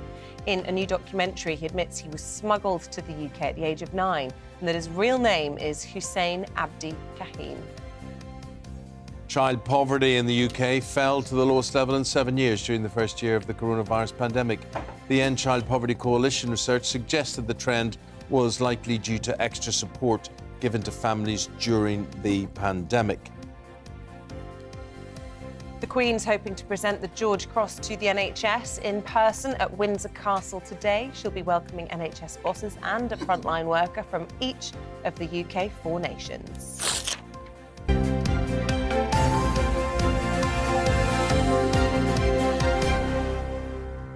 Right, another medical matter. Paediatricians, child mental health practitioners, they say there is a big rise in tic disorders, as in tics on your face, amongst young people over the last 3 years. Yeah, the former Gogglebox star Scarlett Moffat has announced this week that she'll be investigating the rise in an upcoming documentary. But with us now in the studio is Pete Bennett, and you can see Pete's having a bit of... What you saying? Today. Hi, how you doing? He was diagnosed with Tourette's when he was a teenager. Yes. And he's with us now. And, yeah, how you doing, man? Well, I'm doing fine. How are you doing? I'm great. I'm absolutely fantastic, yeah. But is there part of you now with us that is not in control? I could control it, but what's the point? You know, I am who I am. But I mean, I am holding in the swear words, just so you know. Yeah. You're not in trouble. Well, don't worry. You've got to do what you've got to do. But look, right. I mean, you became famous, didn't you? Isabel's more likely to swear, incidentally. She's already done this on this programme. I never saw. Just what did you say? What word was it? He was very abusive about my age, and I just nearly said you're not Tourette's. You could have just... It's not very nice, is it? Listen, Pete, you became famous from Big Brother. And to me, actually, you raised awareness about Tourette's. Yeah, I'm the man, really you know. Talked about it. In many ways, you're sort of the ambassador for it. Yeah. I put it on the map, you know what I'm saying? It was good. Yeah. What do you make of this increase that we're hearing reports of since the pandemic of people having more symptoms like you? Oh, well, I reckon it could be something to do with stress. Could be. I was thinking about it. Maybe it is something to do with the amount of fear that was pumped into the living rooms at the time. It was just every day, and it really did stress me out as well. I reckon. But I am thinking maybe it could be. We haven't researched it enough. Maybe Tourette's might be something that happens if people are overstressed or something. It might be a coping mechanism. It could be... nearly said it there.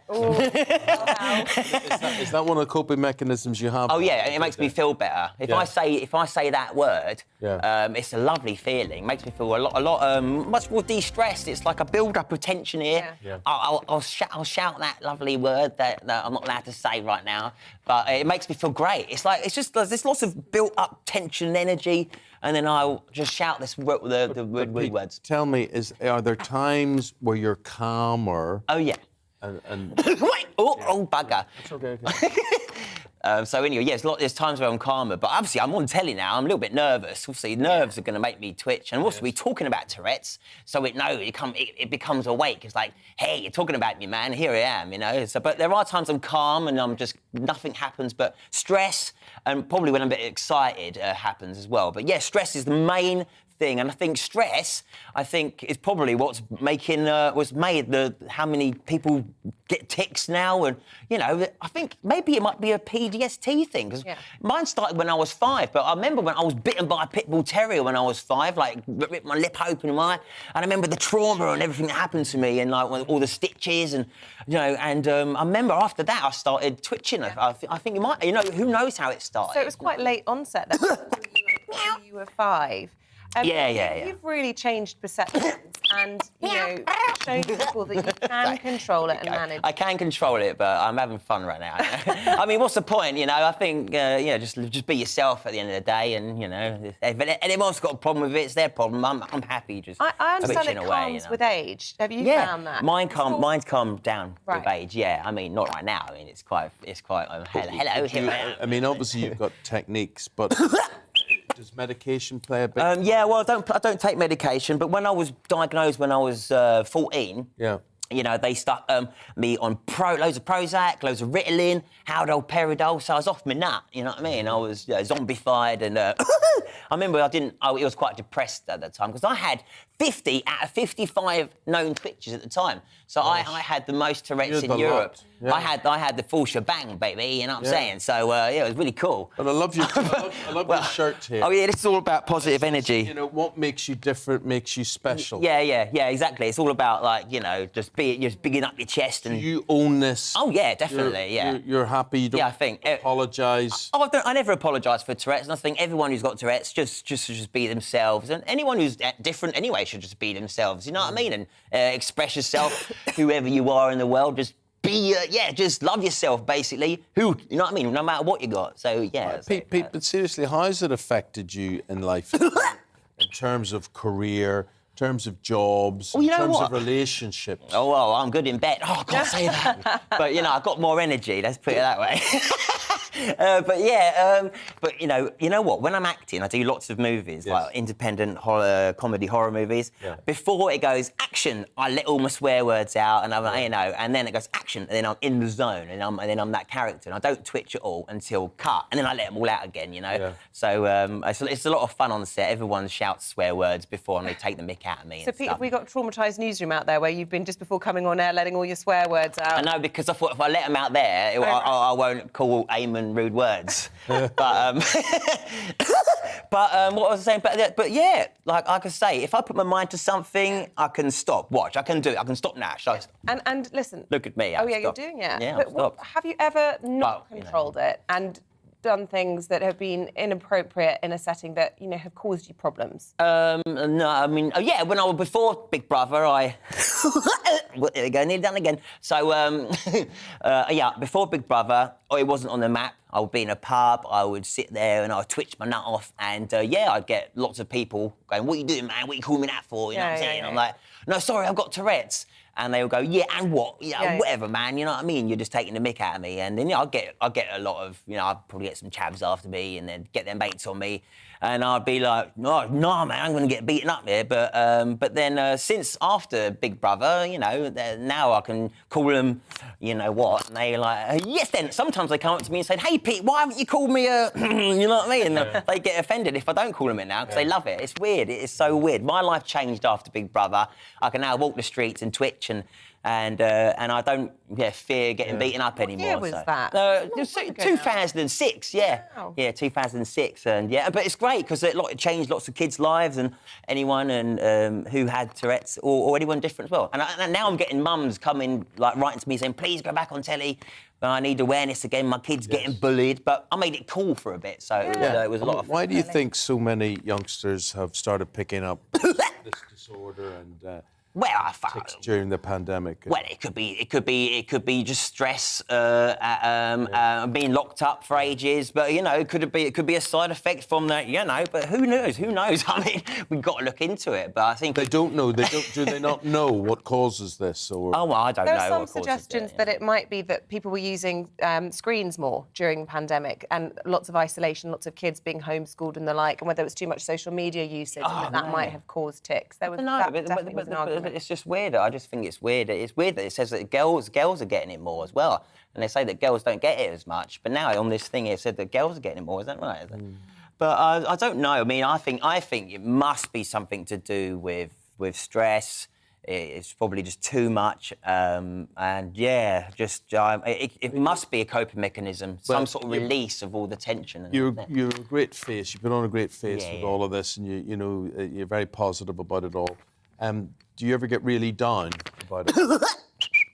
Well, yes, I do get down sometimes. It does come with depression and anxiety. So most times, sometimes I can get really bad anxiety really bad OCD, and depression is something I deal with. I go to therapy every week just to get out all the things that really bug me. Because if I get more, all the stuff that's really stressing me out, my twitches get worse, and it can become a problem. And I did actually, for the first time in years, cry over having it because my face Tourette's is going so mad. I was like talking to people like that. All right, mate, how you doing? And I was like, and I just could not stop my face just going, and it hurt so much. And in the end, I just for once, for the last how many years, I felt sorry for myself, and I actually cried, and my mates were going, come on, Pete, you'll be all right. And I was like, hey. Pete, I'll tell you what, there'll be a lot of people watching today, and there'll be huge admiration for you. Well, I hope so, And the fact that you're representing so many people that don't normally have a voice on this. So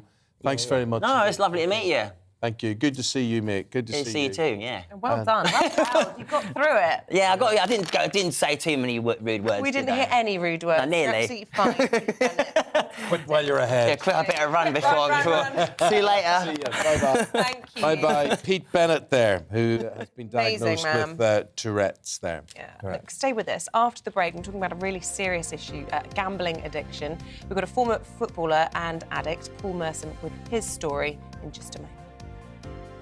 Good morning, Alex Deacon here with your latest weather updates. Hot, hazy sunshine again today across the south, but further north, a change has moved in. A cloudier day with some outbreaks of rain and things turning a little cooler because we have a cold front, and eventually that cold front will push away this area of high pressure that's been dominating for the last several days. It's still controlling things across the south today, so still plenty of hot, hazy sunshine, perhaps a bit more cloud compared to yesterday. There's that weather front, though. It's been bringing some rain across Scotland and Northern Ireland. Patchy rain continuing through the central belt and across Northern Ireland this morning, but tending to fizzle out by the afternoon. A bit more cloud spilling into Wales and the Midlands, possibly even one or two light showers here and there, but for most it will be dry and still very warm. We could get up to 30 degrees or more across the southeast, most places for England and Wales, mid-20s, but cooler weather following on behind that weather front, which will continue to track southwards through the evening and overnight, introducing cooler conditions for many tonight. The odd spot of rain still possible along the south coast, but nothing significant for gardeners if you're desperate for any rain. Temperatures in the south will still be mid to high teens, so another very warm night here. But for northern England northwards, it will be a cooler night compared to the one just gone, so a little easier for sleeping. Some showers then coming in on Wednesday across the Highlands and the Northern Isles of Scotland. May starts quite cloudy across the south coast of England, but tomorrow generally another fine and sunny day. Temperatures will be as high, however, closer to average or a little above low 20s generally, mid-20s in the south, maybe 27 or 28 across the southeast. So a few degrees lower than today, but still pretty warm. So temperatures dipping off a little midweek. However, they could start to rise again as we go towards the weekend. And the Met Office have issued an extreme heat weather warning for Sunday, when temperatures could get back into the mid-30s.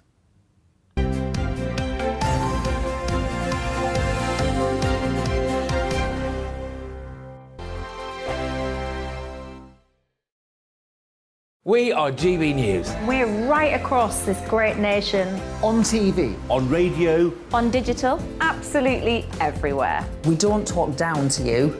We embrace all voices with honest and civilised conversation. We are not part of the establishment. We're one of you. And we're only getting started. Join us on GB News, the People's Channel. Britain's news channel.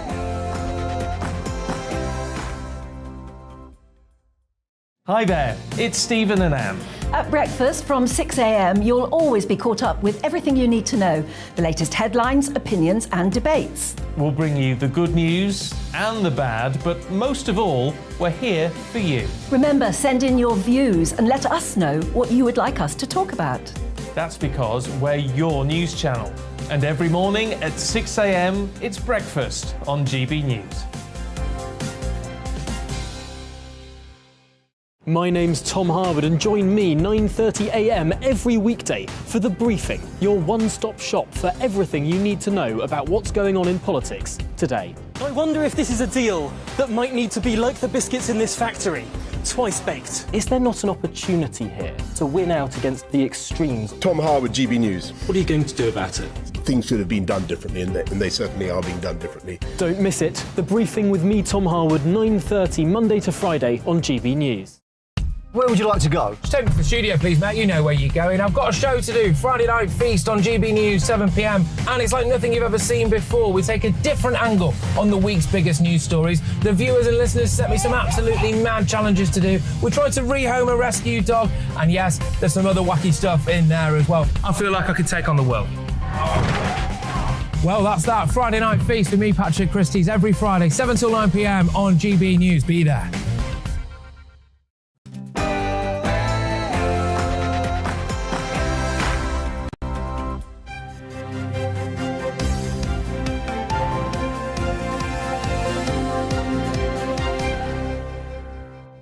Boris Johnson's allies prepare to back Liz Truss as the Conservative Party sets a date for a new leader. Very good to see you and have you on board. The time just after 9 o'clock on Tuesday, the 12th of July. Breakfast on GB News with me, Eamonn, Holmes and Isabel Webster. Here's what's leading the news this morning. Cabinet allies of Boris Johnson are preparing to back Foreign Secretary Liz Truss to become Prime Minister as nominations open in the Conservative leadership race today. Now, this comes as the 1922 committee announced that the first official ballot will be held tomorrow, with the final two candidates whittled down by Thursday. A new leader will be in place when Parliament returns from recess on the 5th of September. One of Britain's greatest athletes, Mo Farah, has revealed he was brought to the UK illegally as a child. In a new documentary, Farah says he was trafficked and forced to enter the country at the age of 9. And Her Majesty the Queen will personally present representatives of the NHS with the George Cross today at a ceremony at Windsor Castle. The monarch will meet key workers accompanied by the Prince of Wales. And you can join in any of our discussions. You can email us gbnews@gbnews.uk or you can tweet @gbnews. And remember, we're on the lookout for a People's Champion and you can send that in to our email address as well with the title Breakfast People's Champion. Thanks very much indeed. We were talking about, during the newspaper review, plastic and the effect that it has on the environment. Linda says, I wish they would ban it altogether. My husband and I are pensioners and we were saying only yesterday that we now have to do our plastic recycling twice a week. It used to be once in a fortnight, and that's just for 2 people. Terry says, we did have recyclable bottles and containers. It was called glass, and there was a deposit on every bottle. But like all new things coming on the market, no one thinks ahead. Plastic was supposed to save trees, but it's killing almost everything. Yeah, OK, well, thanks for that. Christine says everyone should be told that plastic wrapping foodstuff is very unhealthy, which it is. The chemicals leach out into the food and then we eat it, OK? Thanks very much indeed. Keep that all coming in.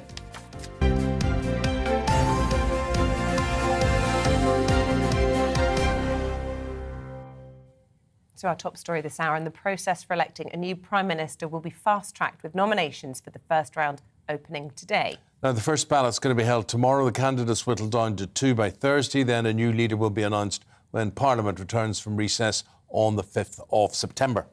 Well, the former Chancellor, Rishi Sunak, will formally launch his campaign today, joining now the chorus of candidates promising to eventually cut taxes. Well, this comes amid reports that Cabinet allies of Boris Johnson are preparing to back his chief rival, and that is Liz Truss. Nadine Dorries is one of Boris Johnson's key allies. You got to see this clip. So this was her last night on Dan Wootton's show here on GB News, and she was talking about Rishi Sunak, and it was such a surprise to her. She was aghast that he had been planning his campaign. Here's how aghast she was. Rishi had been planning his campaign to the letter, launched it the day it was ready, and everybody else is kind of like blindsided and thinking, what's going on? We've all been working so hard. How can he have been that campaign ready? Well, the answer is he wasn't working so hard. We all were. And I'm afraid we found ourselves in quite a difficult position. OK, well, there's Nadine Dorries, surprised that plotting goes on in politics. Here's GB News for your Ian Fox. Now, Ian has got in touch with us, and this is who he wants for the top job. I don't see any of them as having that kind of character. I don't think anyone's got that kind of charisma.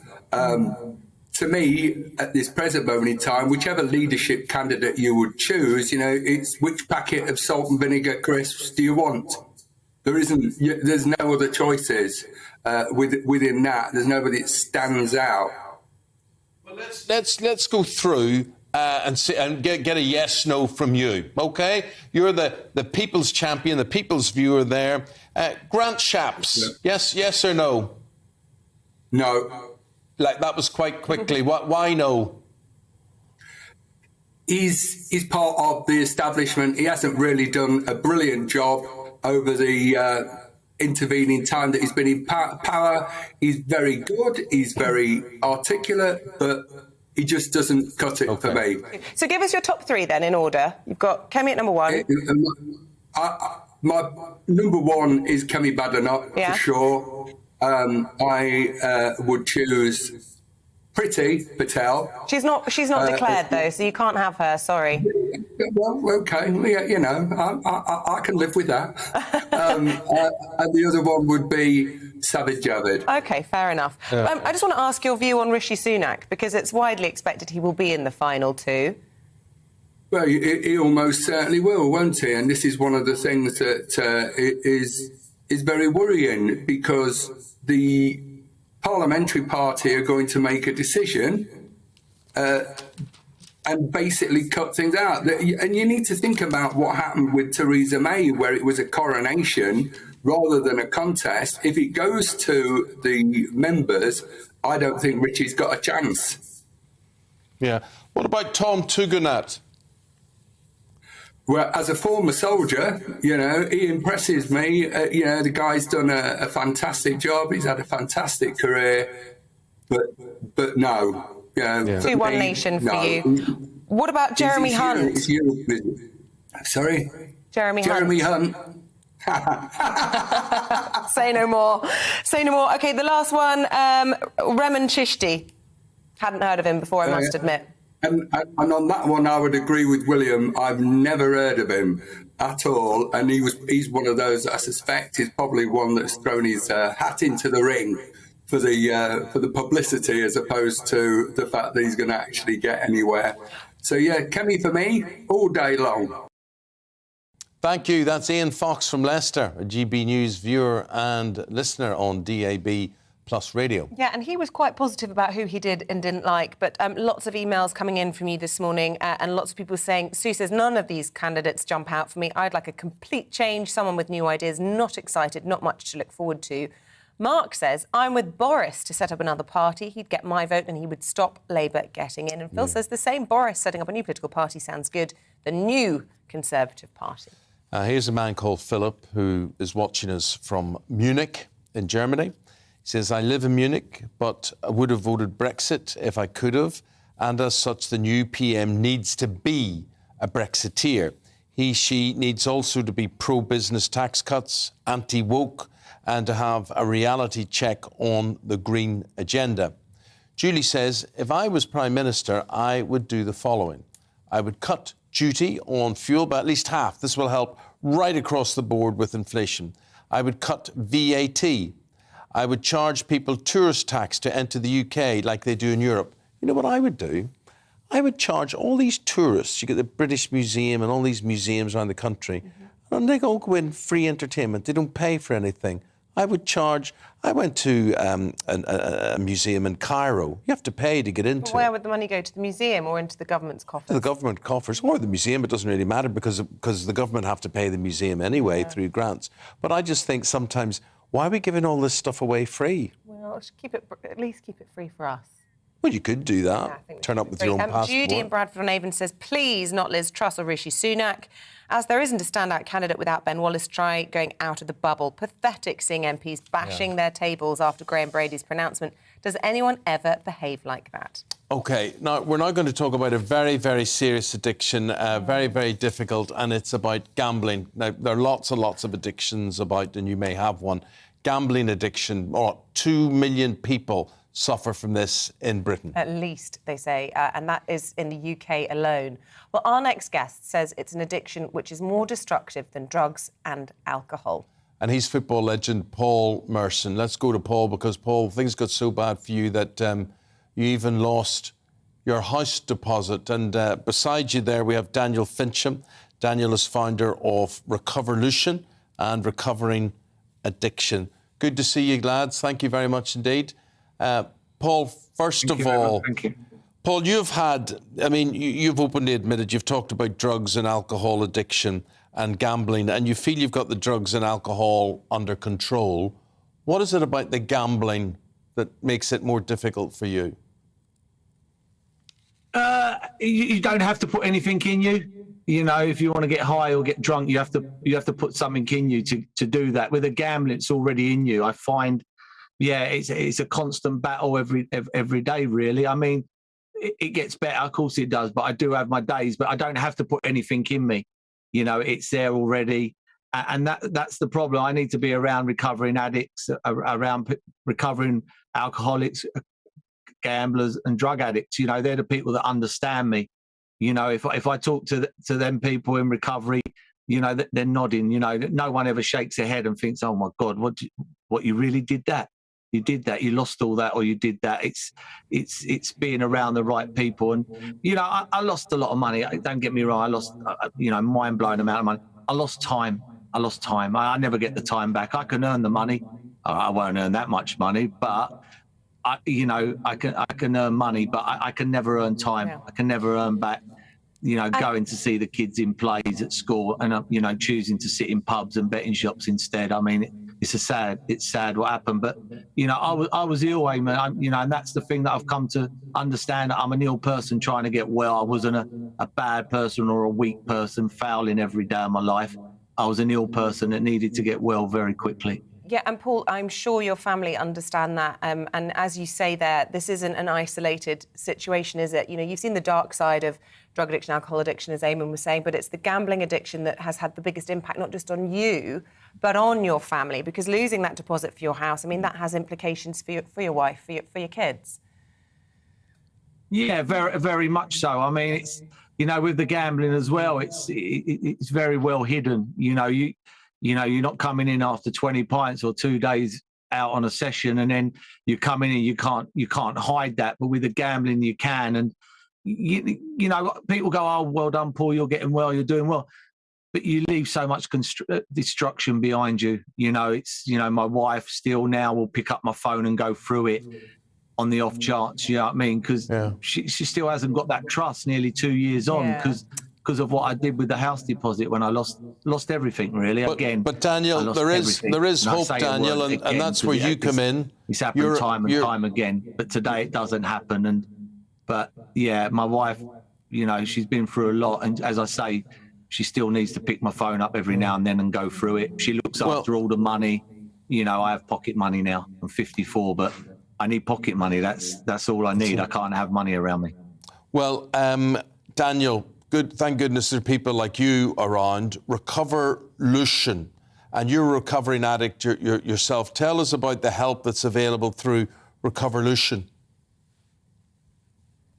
Yeah, thanks, Amy. Yeah, so we're the world's first technology platform dedicated to recovery from addiction. So we bring together content, community, and wellness to unite the world of recovery and to really shine a light on that world. I lived in fear and, with this thought of what an addict was for most of my adult life. And it was only when I got to recovery I understood what it was. And when I got there, I was so humbled by just this amazing community of there's over 100 million recovering addicts in the world today, and yet there was no platform to unite them together. So, that's where the sort of Recoverlution journey started, really, is to give recovery a home and to start shining a light on the power of recovery and its power to change people's lives for the better. There'll be people at home watching this who'll be able to identify some of the things you're talking about. And we hear a lot about people with addictive personalities, and it might be towards exercise or towards whatever it might be. They just can't quite control their sort of appetite for certain things. What would your advice be to somebody at home, whatever level that is, however serious it is? How do you try and take those first steps? And it has to come from you, doesn't it, presumably? Yeah, I mean, I think the first thing you need to do is admit that there is a problem. If you're doing something that you don't want to be doing and you don't understand why you're doing it, you know, you need to accept that. And the next thing is, there are loads of like-minded people. We live in this theory that we're the only person doing what we're doing, and it's only when you get to recovery, and like I can sit listening to Paul and I can see parts of my own behavior and what he was doing, and you're like, wow, you know, I'm not alone. I'm not the only one doing these things, you know, and we unite round people, and you know, okay, addicts get addicts well. And I know, that's but what then we're there's doing. temptation, Daniel. There's temptation everywhere, whatever your addiction is.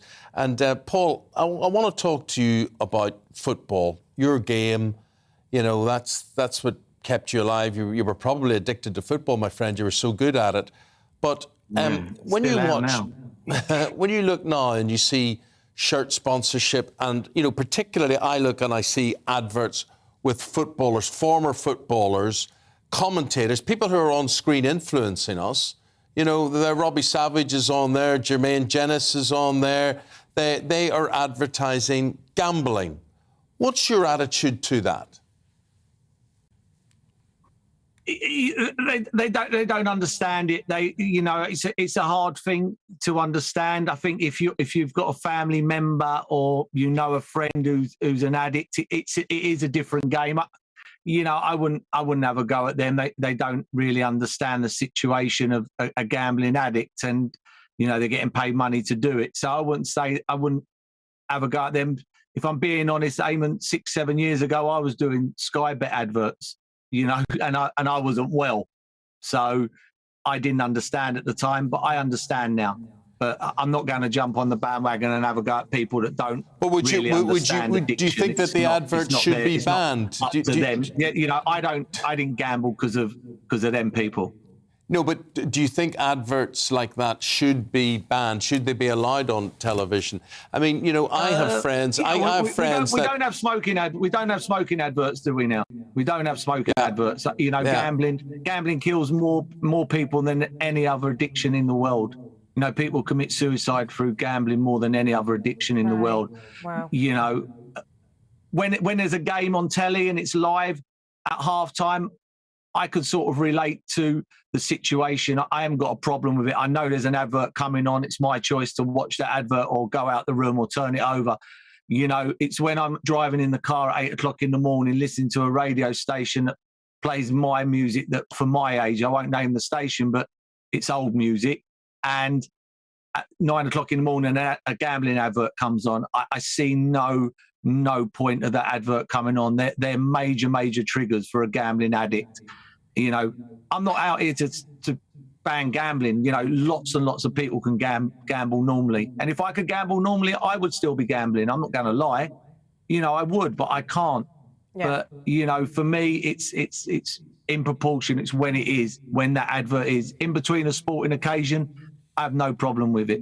But gambling shirts, I think it's lazy. I think it's lazy by the people at the clubs. I mean, the big six, Man City, Man United, Arsenal, Tottenham, Chelsea, Liverpool, they don't have gambling on their shirts. We got the best product in the world, the Premier League.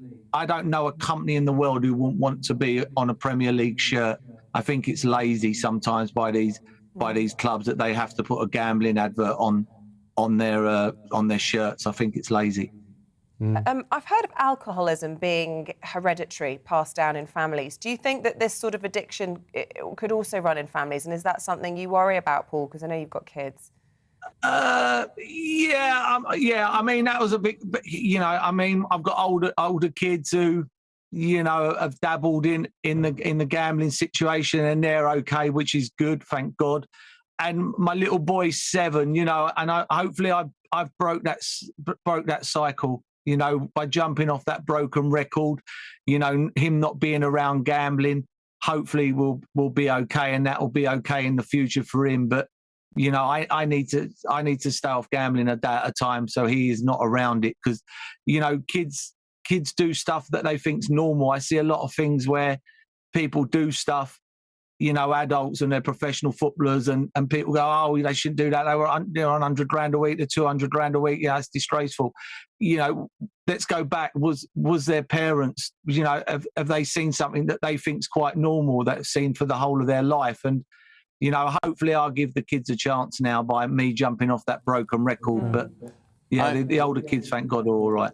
I always remember my own father. I mean, I grew up in an area, I saw the devastating effects when people lost their wages for a week and whatever with gambling. But I always remember my father, Daniel, saying to me, it's a mug's game. He said, you never see a poor bookmaker. And it always stuck with me. And I thank goodness it's something that's never attracted me. And I sit at football matches and I have friends and whatever who will jump up, and they don't have to jump up now. They do it all on their phone. First corner, first throw-in, first goal. I mean, all sorts of ridiculous things. But we're talking, Daniel, about the problems. Is there a solution? What is the solution? Tell us, whatever your addiction, tell us what the help is. And if it is gambling, we're specifically talking about gambling here, how do you get off it?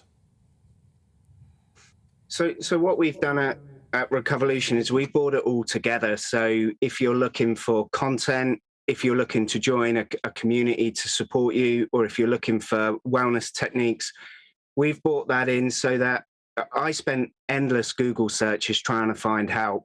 And, I was redirected all over the place. And by bringing it back to somewhere where, you can find what you're looking for, and it's people. You want to find people that can help you. You want to find people like me and Paul who have been there that can share their experience with you, like what's worked for us. It's so unique to the individual that there's no magic wand. But what you can do is you can learn off different people's experiences, and with sort of Recovolution, we're like a tree with everything that's out there, and you just pick and choose what's right for you. It's your journey, and what recovery does is it addresses why you need to gamble, why you need to drink, what's it solving, because there's a problem there, and gambling and drinking or whatever that behavior is the solution that's no longer working. So we can help address that root problem so that you don't need to do it.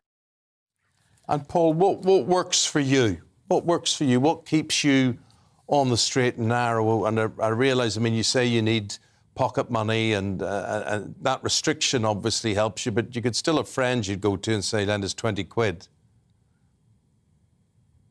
Yeah, I wouldn't be going back to gambling for £20, Eamonn. If I go back, it'll be for major amounts of money. 20 quid ain't going to rock my boat. Mine is staying around recovering addicts, staying around compulsive gamblers. And I think this is the thing with Recovolution is, there's times when addiction don't just take you at certain times in the day. It won't say, between 9 and 5, we'll do it then when everybody's awake and you can phone someone. It's about, I've got up in the morning at 2 o'clock in the morning, full of anxiety, full of, as Daniel said, it's what's inside you. And, sometimes life's hard for me. I find life hard.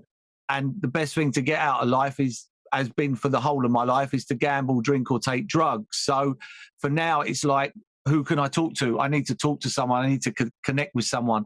With the platform, it's 24/7. It might be someone in America I can go on and chat to who's in the same boat as me, and we can chat. And then that's what it's about. It's being around people and talking. I need to talk to people all the time. I don't need to talk to someone and I ring up and go, I feel like a bet and this and that, and they go, oh, come on, Paul, it's a mug's game. That just makes me feel worse. Because I'm not a mug. I'm an ill person who needs to get well. And that's the problem. That's why I need to be around addicts. And I won't be ringing you, Eamonn. You never see a poor bookie. I'll just remember those words. But listen, Paul, good luck. Continue to recover. Keep well, my friend. Daniel, thank you. And good luck, Daniel. Recovolution with all the work that you're trying to do there for recovering addicts. Thanks for talking about it. Thank you very much, both of you. Wishing you both the very best. Thank you very much. And thanks for joining us at home, whether you're listening on the radio or watching us on the TV. We'll be both back tomorrow, bright and early at 6 o'clock. OK, hopefully see you then. Next up, Tom Harwood. Here he comes with the briefing. Have a great day. Good morning, Alex Deakin here with your latest weather updates. Hot, hazy sunshine again today across the south, but further north, a change has moved in. Cloudier day with some outbreaks of rain and things turning a little cooler because we have a cold front, and eventually that cold front will push away this area of high pressure that's been dominating for the last several days. It's still controlling things across the south today, so still plenty of hot, hazy sunshine, perhaps a bit more cloud compared to yesterday. There's that weather front though. It's been bringing some rain across Scotland and Northern Ireland, patchy rain continuing through the central belt and across Northern Ireland this morning, but tending to fizzle out by the afternoon. A bit more cloud spilling into Wales and the Midlands, possibly even one or two light showers here and there, but for most it will be dry and still very warm. We could get up to 30 degrees or more across the southeast, most places for England and Wales mid-20s, but cooler weather following on behind that weather front, which will continue to track southwards through the evening and overnight, introducing cooler conditions for many tonight. The odd spot of rain still possible along the south coast, but nothing significant for gardeners if you're desperate for any rain. Temperatures in the south will still be mid to high teens, so another very warm night here. But for northern England northwards, it will be a cooler night compared to the one just gone, so a little easier for sleeping. Some showers then coming in on Wednesday across the Highlands and the Northern Isles of Scotland. May start quite cloudy across the south coast of England, but tomorrow generally another fine and sunny day.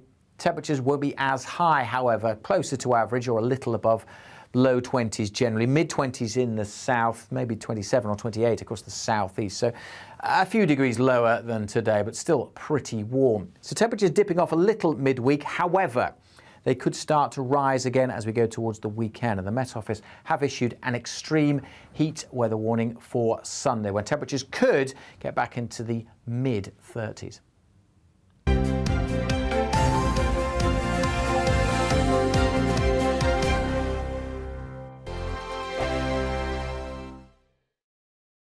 We are GB News. We're right across this great nation. On TV. On radio. On digital. Absolutely everywhere. We don't talk down to you. We embrace all voices with honest and civilised conversation. We are not part of the establishment. We're one of you. And we're only getting started. Join us on GB News, the People's Channel. Britain's news channel.